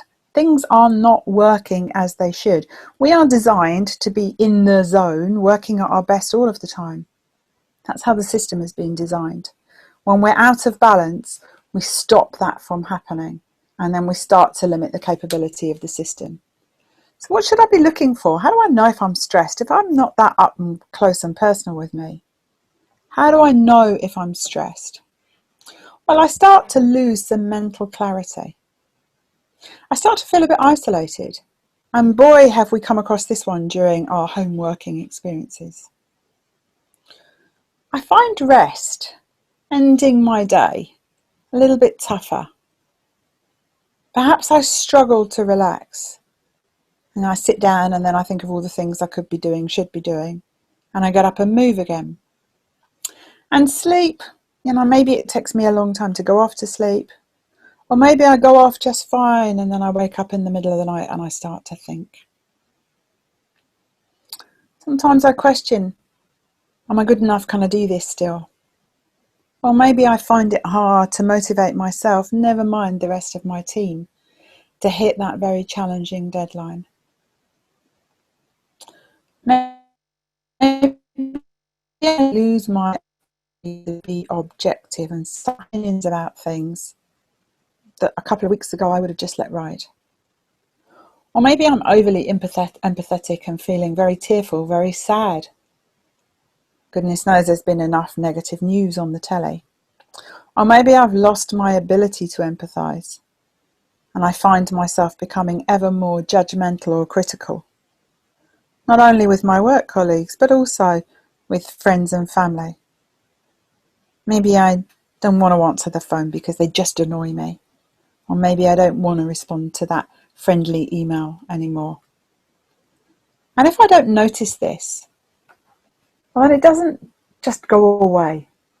It often just builds, but it doesn't build in a big bang. It builds slowly. So it kind of creeps up on us. It kind of hijacks us. And when we get to the point of tired is our new norm. We're tired all week. We're absolutely exhausted by the time it comes to Friday, end of the week. And then lo and behold, Monday starts and by lunchtime we're tired again. We need to take some notice of this. Where we're pushing continuously on the edge of energy that we really don't have anymore. Where we're starting to blame others or ourselves for just about everything. Where our decision making doesn't quite seem to be as clear as it was before, or we've got this underlying sense of anxiety and a need to control absolutely everything down to the finest detail. Small incidences become huge dramas, and we start to experience some physical stress symptoms. And they are wide and very personal. Maybe I'm suffering from some lower back pain, which is a classic stress symptom. Maybe my neck hurts or my shoulders feel like they're always up. And when we start to think about body language, just think about what are those shoulders protecting? That very vulnerable neck area. But as I say, it doesn't just happen, and it certainly doesn't come waving a flag. It builds up slowly. So slowly, in fact, that we rarely notice it unless somebody points it out to us. And when we get to that point of having a complete imbalance in our energy, well, that's when stupid things happen. And we can all recall people doing stupid things in the workplace, some of which don't have horrific outputs. Others have unbelievably impactful outputs. Some of them life-threatening. So we know that super smart people make bad decisions that end up in stupid actions when they're stressed. So what we need to do is learn to turn that situation around, build up a bank of energy, get some resilience going, so that we permanently live in a more eased sense rather than worrying about dis-ease continuously. And I use the words very deliberately because the language is there to highlight these things for us. Now, I'd like to give you an example, technology allowing, of exactly how it can just creep up on us. Now, I'm going to show you a very short video. I'm going to stop it in the middle I want you to have a quick check-in with yourself when we stop in the middle and just notice, how are you feeling? What's going on the inside of you? Just before we start, do that very thing for me, please. Just have a look inside yourself. And we can all do this. Have a look inside yourself and just take a very quick note of how you're feeling now. Are you tired? Are you happy? Are you relaxed? Are you comfortable? Are you wondering what's going to happen? Are you thinking, how long have we got to go? Because it's been a long day. And as you take note of exactly how you're feeling, let me launch my little video.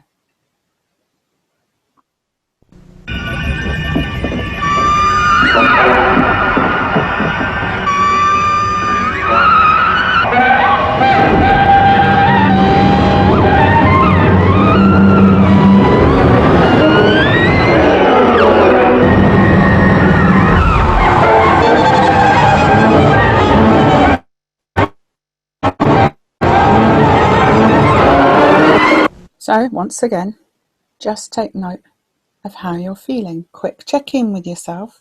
What's going on the inside? What has changed in that last 30 seconds from where you were when I last asked that question? And just keep a note as we continue to watch.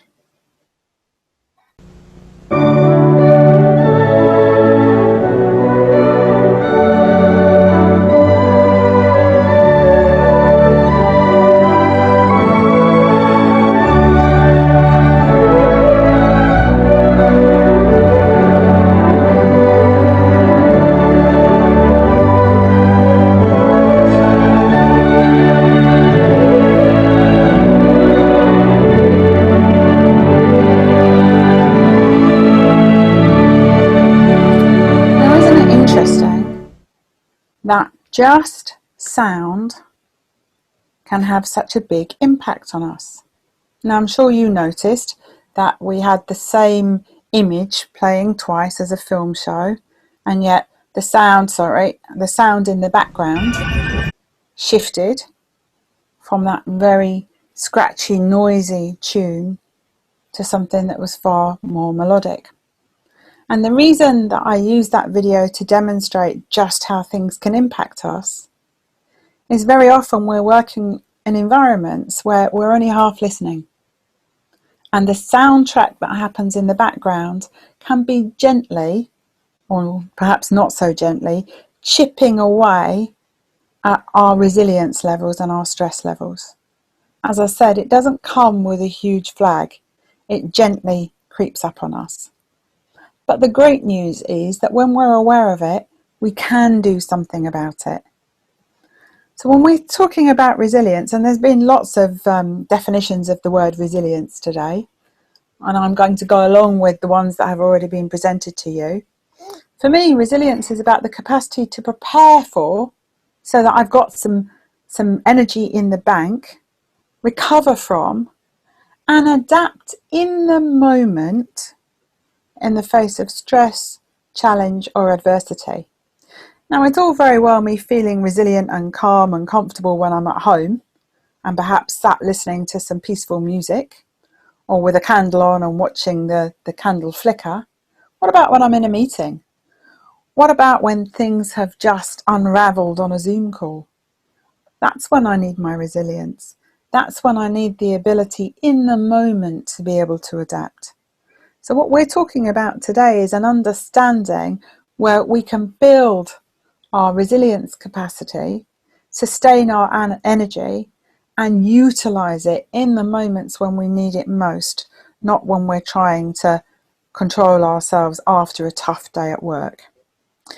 Now, in order to get to that point, we need to start really building up some self-awareness, some really deep self-awareness. And so I'm going to ask you to consider a couple of questions. And the first question that I'd like you to think about is, where's your energy going? What is it that drains your energy? And you may want to make a quick note of this diagram or drag it off the slides when they're shared later on this week. I'd like you to think about, what events impact you in what way, and what do you do to solve them? So let me give you an example from a draining perspective. Let's just say I've had that tough Zoom day. Things didn't quite go as I want them to. I come off the call, my partner walks up to me, and guess what? I'm wired. And we have an argument. Actually, the first thing he says to me really annoys me. So we have an argument. And how do I respond? What's the impact on me? Well, for me personally, it's mental, emotional, and physical. So I'll tighten up. I'll have certainly some emotional feelings, and I might well say to myself, or I might say out loud, I can't believe you're being like this. How selfish are you? Do you not know I've had a tough day? And what will I do about it? Well, that will vary on a day-to-day basis, but let's just say I'm kind of holding things together, and I recognise in that moment a bit of wisdom pops into my head and says, go out, go for a walk, wait a while, allow things to just ease off so that we don't build on that energy drainage. Or maybe enough sleep drains my day. And again, we've got all sorts of impacts going on. And maybe the message that I'm saying to myself is, why me? Why, when I need sleep the most, do I find it so elusive? And what do I do about it? Well, maybe I leave work early and get that early night in, which may or may not solve my issue. And I really encourage you to think about, what is it in your life that steals your energy, drains it, leaks away, taking it without you necessarily realizing? And what about the balance between what's draining your energy and then what's renewing or re-energizing you? And again, think about, what are the actions or activities or events in your life that act as renewing, that act as battery replenishers? So, for example, maybe going out with friends. And the impact is one of appreciation of the space and happiness, talking to people that I really like. Or maybe my boss sent me a note telling me I'd done a great job. And I get that sense of accomplishment of a job well done. I feel a bit more valued. My confidence takes a bit of a boost. So again, create a list for yourself to understand what's renewing you, what's re-energizing you, and see how your balance is.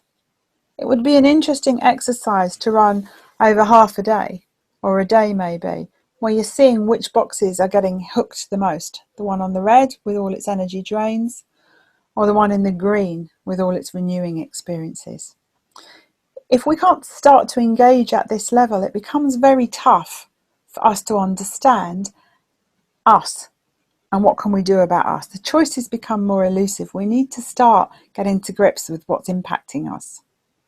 And similarly, it's really important that we look a little deeper than we often look, in terms of, where does our resilience come from? Where are we building that base? Well, physical resilience is discussed a lot, and we see gyms, exercise, and so on and so forth being really promoted. And yet by the time we're experiencing some challenge, so let's say I have a long-term stress issue, which perhaps is creating a skin irritation, so it's showing at a physical level, we know it's already travelled through some of the other domains, because sitting under the physical level is that mental level. So once again, mental well-being has something that's been high on the agenda. And what are we doing for our mental well-being? What are we doing? This is about us taking responsibility for us. So what are we doing? And this side of my diagram is much easier, because maybe we're doing some strength training or some flexibility training.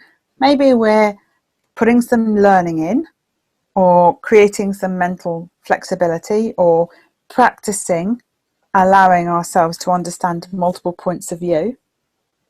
But it's not enough, because we then need to understand that emotion is one of the big keys in here. So when we think about, what are we doing for our emotional well-being? How much are we involved in self-regulation? Or do the emotions just come along and hijack us, because by the time we realise that we're in an emotive state, they've just taken control? What about our spirituality? Yep, we all have one of these. And when we're talking about spirituality, we're talking about understanding, who am I? What makes me tick? What are my values? What do I absolutely believe in? And how tolerant am I of others? What are you doing to help yourself with your emotional and your spiritual well-being? And you may be thinking, that's all well and good. What's this got to do with the workplace? What's this got to do with sustainability? Well, when we think about stress, we also need to think about performance. And what I'd just like to take you through is a little diagram here that first came into being through a couple of psychologists in 1908. And it's known as the Yerkes-Dodson law. And it has been tested and proven time and time again. And it once again dispels very clearly the myth that I operate best when I'm on. And there are some stages of challenge that are really good for us. So having no pressure at all, so when we're in that corner which is low, is often referred to as the rust zone. Having nothing to do at all, no purpose in life whatsoever, also stresses us. So we need something going on, a bit of healthy pressure, something for us to really engage with to help us move forward. But we also need to know when we're at our optimal performance, because when we slide into the zone, we need to be super aware, because that's when we're performing at our best. But that can also be the point where if we have any vulnerability running, well, we don't say no because we want to stay on top for longer than is possible. And if we're not careful, we slide into what's known as the hyperreactive stage. So those early stages of stress that we talked about earlier. And if we keep going, because we now have to keep going because we've made all these promises and we can't possibly say no, because what will people think of me? We get into this emotional and physical exhaustion, driving, if we're not careful, to some serious health damage and breakdown. And it's at that point that we move from homeostasis into allostasis. So we need to get really hot on knowing when we're at our peak. Now, if we start to build our resilience, if we start to focus on self-regulation, then actually we can stay at our peak for longer. But we can't stay there forever. We're not machines. We need that opportunity to rebuild, refresh, have a holiday, have a break. Now, how does this all work? How can I have a chance of self-management, of self-regulation, when you're talking about emotions hijacking us? Well, let me just show you another picture. Let's understand what's going on inside the body a little bit more. Now, we're all hopefully familiar with our heartbeat. It's always interesting to sense if you can feel your heartbeat, because there it is, quietly working away in the background, beating. And actually that beat sends a rhythm into the rest of the body, which impacts our brains, and it also impacts our nervous system. Remember earlier I told you all the systems were connected. So here we're going to start to see actually what happens on this beat-to-beat process. When we are having a heartbeat, which is covering with anxiety or stress or negative emotion or anger, we end up with a heartbeat that will give us a heart rate variability, so the beat-to-beat patterning of the heart with a trace that looks like this. Now, if you were to beat that out as a vibration on a drum, you're going to get a very irregular, chaotic beat. And it is that chaotic beat that is so important for us to understand the impact on us. Because when we send up into the brain, the area of the brain which is our primal brain, so the earliest developed brain in us, where we're looking at things like memory, for example, we'll start to look at when have we had a chaotic beat like that before and what was happening last time? And how safe are we really? And remember, that out-of-date operating system kicks off and starts to sense physical danger and prepare for physical danger when actually it may be just some work stress. But nonetheless, we're hooked. We're hooked. We can feel our heart rate start to hasten as the hormones start to develop. We can feel our gut tighten. We can feel our muscles start to tighten. We may or may not feel that our blood pressure is going up, and all sorts of other elements are happening. And one of the other elements that is really critical to understand from a performance point of view is it shuts off a big chunk of our frontal cortex. Now that's really interesting, because I would suggest that very few of us are employed today for our physical capabilities. Most of us are employed for our cortex activity. Those frontal cortexes that can problem solve and rational think, that's why we're in work. And yet when we get stressed, we're seeing an inhibitor that takes away from our cortical activity. Versus when we are in a self-regulated state, we end up with a very even beat. If you imagine we end up with a very even heart rate variability patterning, which goes into that primal brain. And the primal brain says, yeah, I'm comfortable with this beat. Hey guys, everything is okay. We're online, all systems online, and we can move into that high performance zone. So actually it's really critical that we start to control what's happening from a heart rate variability point of view by hooking into our emotions. Now, if we don't control our emotions, well, then we will become, a word that I'm about to explain in a moment, incoherent. And when we are incoherent, we can't think properly, we can't hear properly, we can't see properly, we no longer can take clear decisions, and we certainly cannot help others.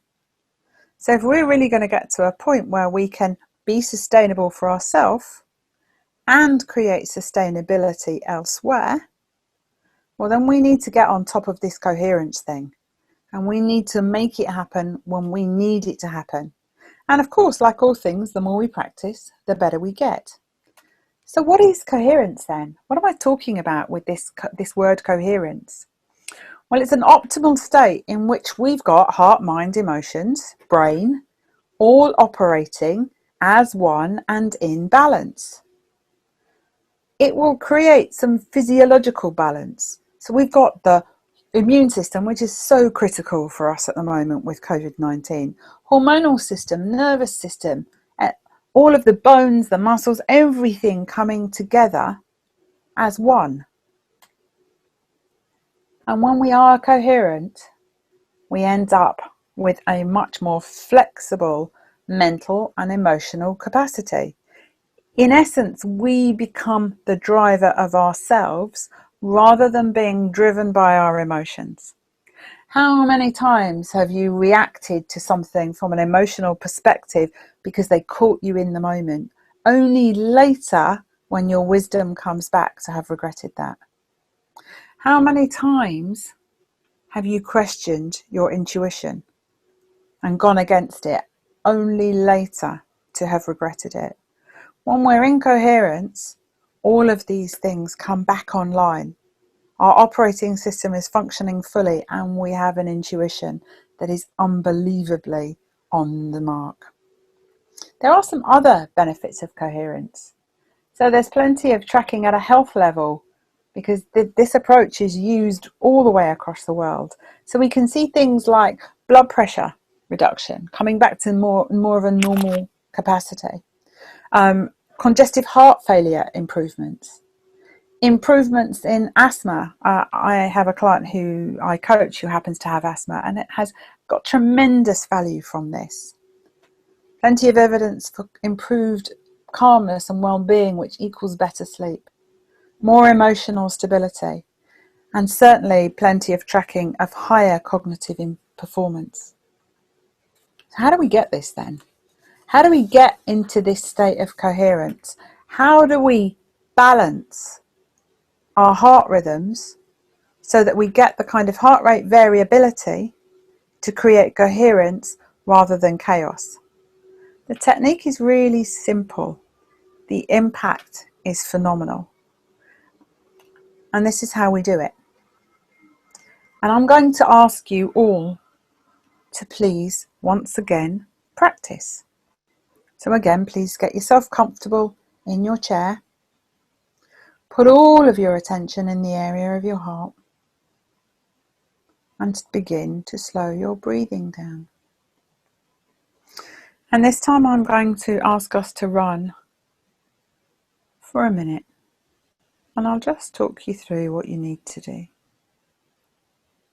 So with the focus in the area of your heart, center of your chest, I want you to imagine that you're breathing in through your heart, down through your diaphragm, and then into your stomach. So your tummy muscles need to relax to allow the air to really circulate. And then pull your tummy muscles in and push the air back out through your diaphragm and back out through your heart.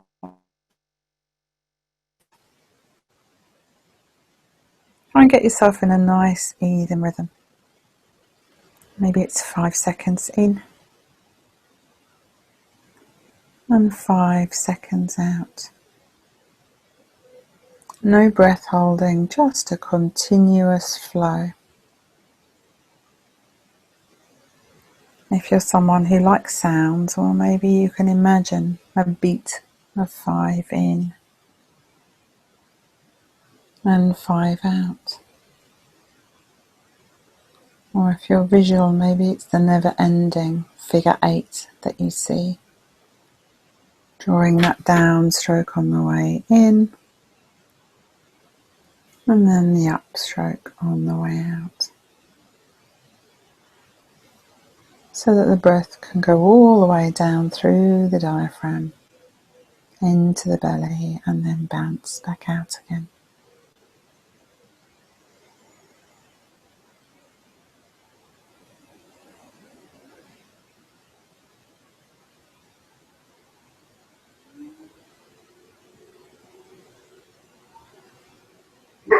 And just keep that focus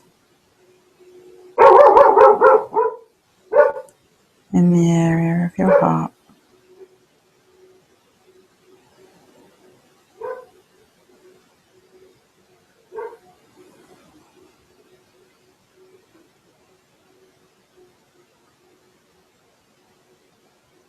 Keep that breath flowing.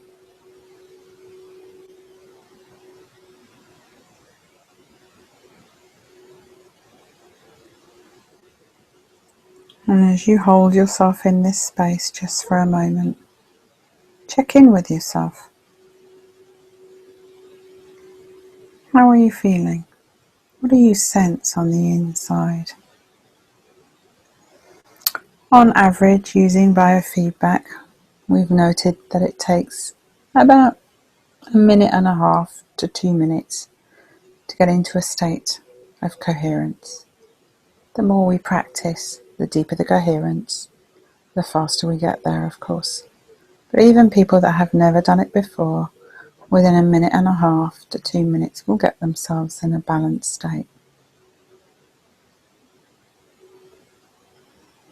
Now you may have your eyes closed or your eyes open. Doesn't really matter. But this fast technique for building coherence takes such little time that I would really encourage you all to practice this at least 5 minutes a day. And it may be that you allow yourself 2 or 3 minutes on top of that before a big meeting, just to make sure that you're centered and present and that the illusion of a busy mind isn't getting in your way. And you may want to continue with that type of breathing as we move towards the end of the presentation. It really is that simple as a start point. The HeartMath guys have a whole host of techniques that you can add onto it. But if that's all you want to focus on right now, then attention in your heart and slowing your breathing down will serve you. And how do you keep this resilience into a position of sustainability? How do we become sustainable so that we can help others become sustainable? Well, we can prep ourselves. We can consciously make that choice to be sure that we start our day in the right way every day. Now, earlier I was talking about how when we're in a stress state, we'll blame. Quite often when I make a suggestion like this, the blame that I will hear back is, I don't have time. And my counter to that is, well, if you value you, and if you want to become better at what you do, well, then you just need to do a bit of prioritization. What else can we do apart from prep our day? Well, if we start to notice what drains our energy, which is why I was suggesting you keep that little chart, as soon as you've noticed there's been a drain, by taking those steps through the breathing, you can press the button and you can minimize the drain and start to re-energize with that little breathing technique. And then if we really want to sustain this, we can slot in little practices. Now, one of the things of working at home is we may not have the chat by the coffee machine, but we still do drink coffee or tea or whatever it is we drink. So while the kettle's boiling or the coffee machine is doing its thing, why not spend a minute on you? Let everything in the background continue working and just spend a minute on you. Because I think you're worth it. And if we're not careful, we end up in a situation where we just get caught in behaviours because of other people's behaviours. So I want to highlight these for you. And again, I encourage you to pull this particular piece of data off when the slides go up so that you can start to notice. When we hear shouting or attacking or bullying or retaliating or criticising or worrying, if we have a little inkling of stress in us, then that will increase our stress levels and it becomes very depleting, very draining. So just because we can see negative behaviours in others doesn't mean to say that we need to allow them to impact us. We can take that time out, we can ground ourselves with that little breathing exercise, and then we can start to become curious. We can start to become more caring. Now, I'm not suggesting that this is just such an easy switch and it's going to happen in 30 seconds, but I am suggesting that with practice, you will start to notice more, you will be less reactive, and you will become more proactive, and it will have a positive impact on the system. If we are going to be sustainable, we need to move away from an event happens, someone shouts at me, someone criticises me, I react and we get an outcome, to an event happens. I choose my response and I deliver the outcome I'm looking for. And still on the topic of sustainability, that becomes ever more important because we impact others. We impact others when we're face to face, and we impact others remotely. When we're face to face, unless we're aware, we will just allow people to walk into our thought storm and be impacted, perhaps not in the way that we intended. And when we're remote, when we're on Zoom or whatever, as we are so often these days, unless we're super present and super grounded, we don't pick up on the body language. We don't sense the impact that we're having on others. So if we really want to become sustainable, and if we really want to create a sustainable world, we have to start with us. And we have to start driving through and taking responsibility for our coherence so that we can help others in theirs. And I'm going to end so that we have some time hopefully for a few questions with this slide. This is a young lady that was taken by a journalist in one of the Syrian refugee camps, and she's about 8 or 9, and the HeartMath team were called in there by one of the big agencies, because the post-traumatic stress trauma on the kids in those camps, having seen things that we can't even begin to imagine, gave them all incontinence problems. So they were continually wetting themselves with stress. And what they did was teach these kids that actually they did have an opportunity to emotionally regulate. And what you can see in the middle of the camp there is this young girl practicing that breathing technique that you were just practicing. And I don't know about you, but if someone in those conditions can find coherence, then I think it's very attainable for all of us. I really encourage you to go and practice. And thank you very much for listening to me this afternoon and for inviting me.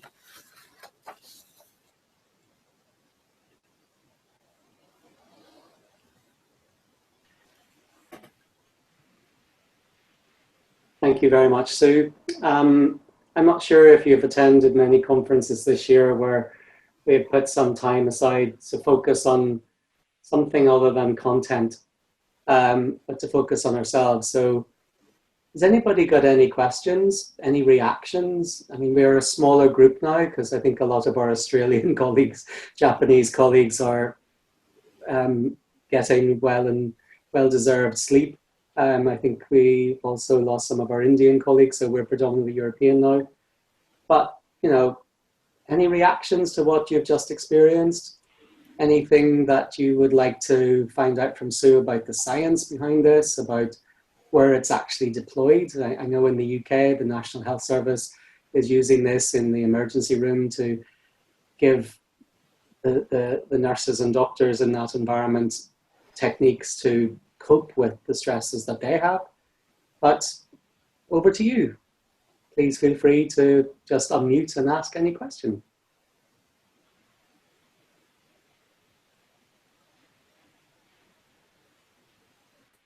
So let me kick off, Sue.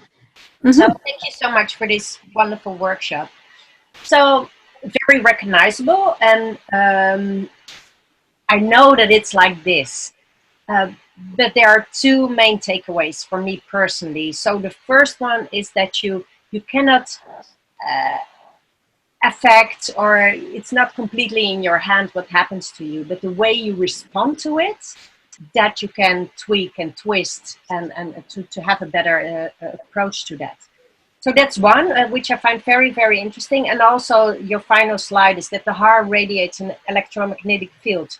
And I know that this is happening because when you are yourself much more peaceful, happy, you see that people around you respond to that.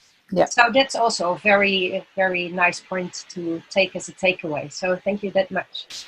Good. Yeah, absolutely. You're spot on both of those, Karen. We can only control us. We cannot control what happens to us. I have a question, actually. Some other, you mentioned already taking care of a team as a manager, taking care of the people around us, or at least you focus first on yourself, but could you also share some insights on how you could help others achieving that coherence? Well, taking them through some of the information that you've gone through, but only when you've started to understand you. The problem is we create illusions. So we do some thinking about people, and depending on how centered, how stable we are, will depend on how we react to people. So if we're in one of those days where we're having a bit of a tough time and we haven't checked in with ourselves, and we meet someone who is also having a tough time but happens to be delivering late to us, our ability to empathize and support them and be curious about why are they delivering late slips from one of caring support into one of judgment. And before we know it, we've jumped into, well, where is my, whatever it is, you promised it, what's going on, can't you know, and we're running, which will then push that person further away from us. So actually, before we even think about helping others, we really need to help us. I can't tell you how many environments I walk into where I'm given someone to coach because they don't behave very well. And we've always have to look to the boss to see what's going on, as well as what's going on in their wider life. I have a few big programs and boards that practice this heart-focused breathing before they have their meetings. And they will do it as part of the ritual of the board. So they have 5 minutes at the beginning to really sense what they sense, and then connect in so that they get a better quality board meeting. And in fact, I have just taught one of the COVID vaccine teams how to do this. So they've taken there are little biofeedback devices and a little app so that you can measure, Rodney's got one, so that you can measure and see on your phone exactly what's going on the inside. It works like a mirror, not to be competed with, because it gives you a score, and I can't tell you how many people want to compete with the score, which makes them stressed when they don't win. And so we need to then start to recognize that we need to look in the mirror and just be grateful for what we see in the mirror. And the COVID vaccine teams are significantly stressed at the moment for lots of reasons. You know, there's some good reasons and perhaps some not quite so good reasons. And so that was very helpful for them. So they, ahead of the team meetings, now practice HeartMath as well. So long answer to we have to come first. Yeah. I want to say that you have a wonderful name for a great metaphor that is coming to my mind. It's Thank like I want to say thank you for harvesting as a farmer the sweetness of our heart. The sweetness, our heart sweetness. There you go. You know, like a name. Thank you. Yeah, and I've included HeartMath research years ago in research on the field, then talked to nieces and nephews, taught online to Indian students, so it's possible to integrate, but I'm not a certified coach. However, I just said lots of information is available for people to practice. Yeah. When a question for you is when it comes to consistency, you know, behavioral change. I know you can use the HeartMath device, but in this case, when using HeartMath techniques for consistency and daily tracking, you perhaps use the device, right, or not. But what I mean is that for mind-body techniques and skill transfer, how do you see the inclusion of technologies, you know, apps? For instance, some people use the bell ringing when you download an application. If you want to track yourself, but it may disrupt your focus. You know, if we have people, let's say now in this context, remote workforce, right? And then they have an assignment in this time chunk, you have to do this, right? But they need to self-regulate or use HeartMath technique or another one you may teach. So in order to remember about being by the kettle, boiling and practice, so the reminders, how do you insert ongoing practice? Like, you know, that's a challenge, I would say, in the workplace. How do you do it? And it has to be conscious. I have to want to do it. I have to see the value in it. So I have to value me and my well-being. And as we move forward, what HeartMath is using is heart rate variability. Companies like Apple and Google are very much working in this space because from a health perspective, there is some huge links coming through to low heart rate variability and some of today's chronic diseases that just didn't exist 50 years ago, for example. So we have to take responsibility. Now, we're used to giving responsibility to other people. You know, it's my boss's job to train me. It's someone else's job to make sure I relax. It's someone else's job to make sure I eat healthily. And it'll be okay if I don't eat healthily today because I'll do it tomorrow or whatever. What we're not very good at as individuals is taking responsibility for our own well-being. You know, we might go to a class, we might go to the gym, we might find a personal trainer. We need to take it for ourselves. And then we just need to keep reminding ourselves, whether we put a post-it note there, whether we leave a little heart sweet by the kettle or whatever we do. And and I promote heart math because it's simple, but I could easily be teaching you meditation, or self-hypnosis, or any of a number of other techniques. What's really, really important is that we take enough notice of us to create sustainability for us. Because if we don't do it, no one is going to come help us. And so we have to do it. And heart math is very simple. You know, who can't put their attention on their heart and breathe? Now, for the first time you do it, you might find that doing that for 5 minutes is a challenge. Well, that's just an indicator that I've got some work to do. And with work, you'll do it for 20 minutes and fight anybody who gets in your way because of its value. But it's also maybe something that, you know, many of us have responsibility for supervising other people or for teaching classes or whatever. Is this something that you could bring to people's attention as part of your work? Here at the WBCSD, we offer 2 90-minute sessions a week, not just in heart math, but in other areas. But what we do is that we make it possible for people to attend. Now, it doesn't mean that you have to go, but if you want to go, you know that those 2 90-minute sessions on a Monday and a Thursday are for you. And that management are really instructed to make the time available so that staff do not feel that they have to miss a week because there's another requirement. So I think you set the tone for saying to people, if this is something you want to get into the spirit of then perhaps you should. So you know, I think you can't force anybody to want to do it, but you can enable the environment that allows them to do it if they want to. And at the end of the day, I've always said that I'm only as good as the people that work for me.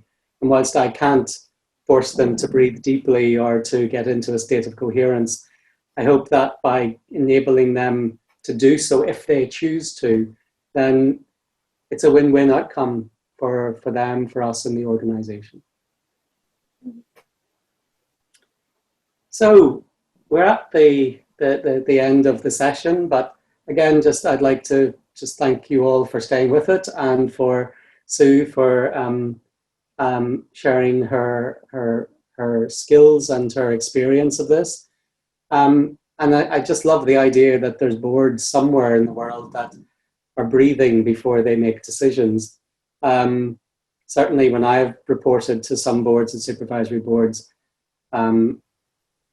clearly could have done with some interventions before they sat down. So this is what I think is great. And I know some of you need to leave. I know that some of you are in time zones where it's getting probably feeding time for children. So thank you so much. But for those of you that are here, we're coming to the home stretch. And I'd like to ask Karen if she'd be willing to share some of her reflections for today as the new chair of EMAN. You're on mute. I'm almost getting used to hearing this sentence. Yeah, well, thank you, Rodney. Thank you, Sue. Thank you, everyone who was involved in this conference. It was a great success. At least I found it very, very interesting. And for me, being the new chair of EMAN, it was a pleasure, of course, to welcome you here. And I really appreciated this conference together with the World Business Council of Sustainable Development. It is a conference that we like to organize every few years to really bridge the gap between practitioners and academics. And I think we did a good job today. And I would like to give a big thank you to Rodney, to Ketia, to Johanna, and all the others within the World Business Council. So a big clapping of the hands.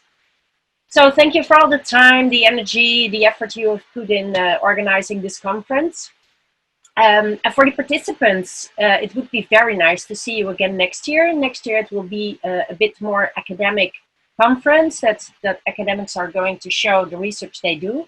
But if you have, as a practitioner, a very good idea to be involved in this conference, please just let us know, or my colleagues at the steering committee, because we're always very open to try new things, to bring new perspectives in.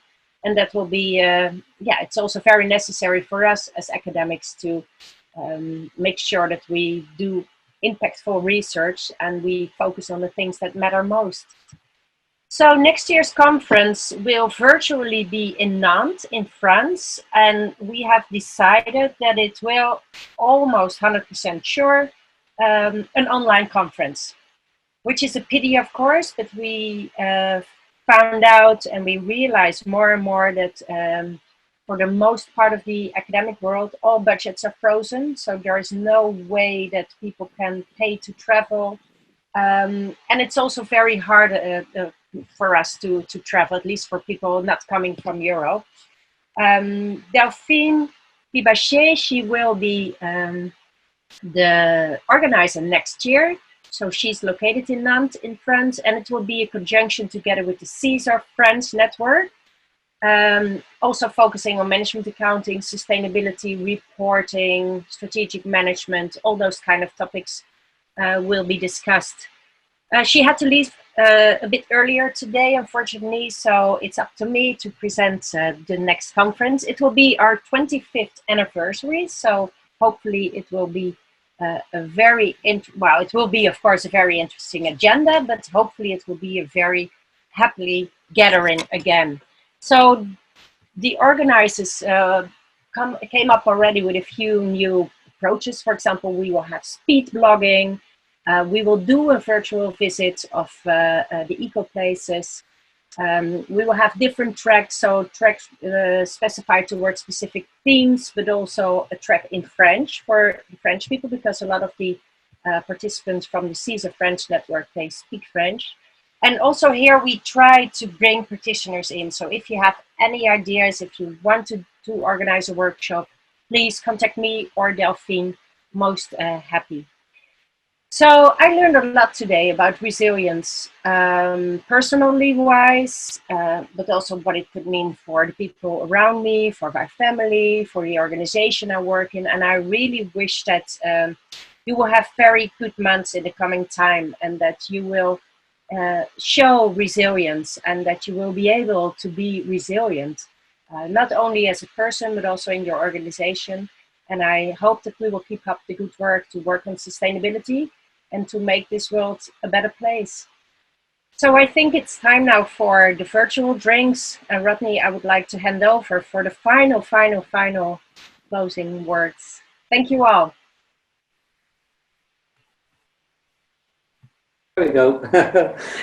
Thanks, Karen. And I would also just like to extend a huge thank you to Katia and Joanna, because it was they that made this possible. It was a lot more work than I think they anticipated when I said, would you mind helping out? So thank you to them and for all of you. So I don't really have much more to say other than leave you with a poem that I came across during lockdown that I've actually used when I was teaching recently at the MBA class at Yale, and many people found it very helpful. So it's a poem called The Same Boat by Julie Sheldon, and I've taken some creative license and changed the words a little bit. So here goes. We're going to have music as well. Hopefully you can hear that.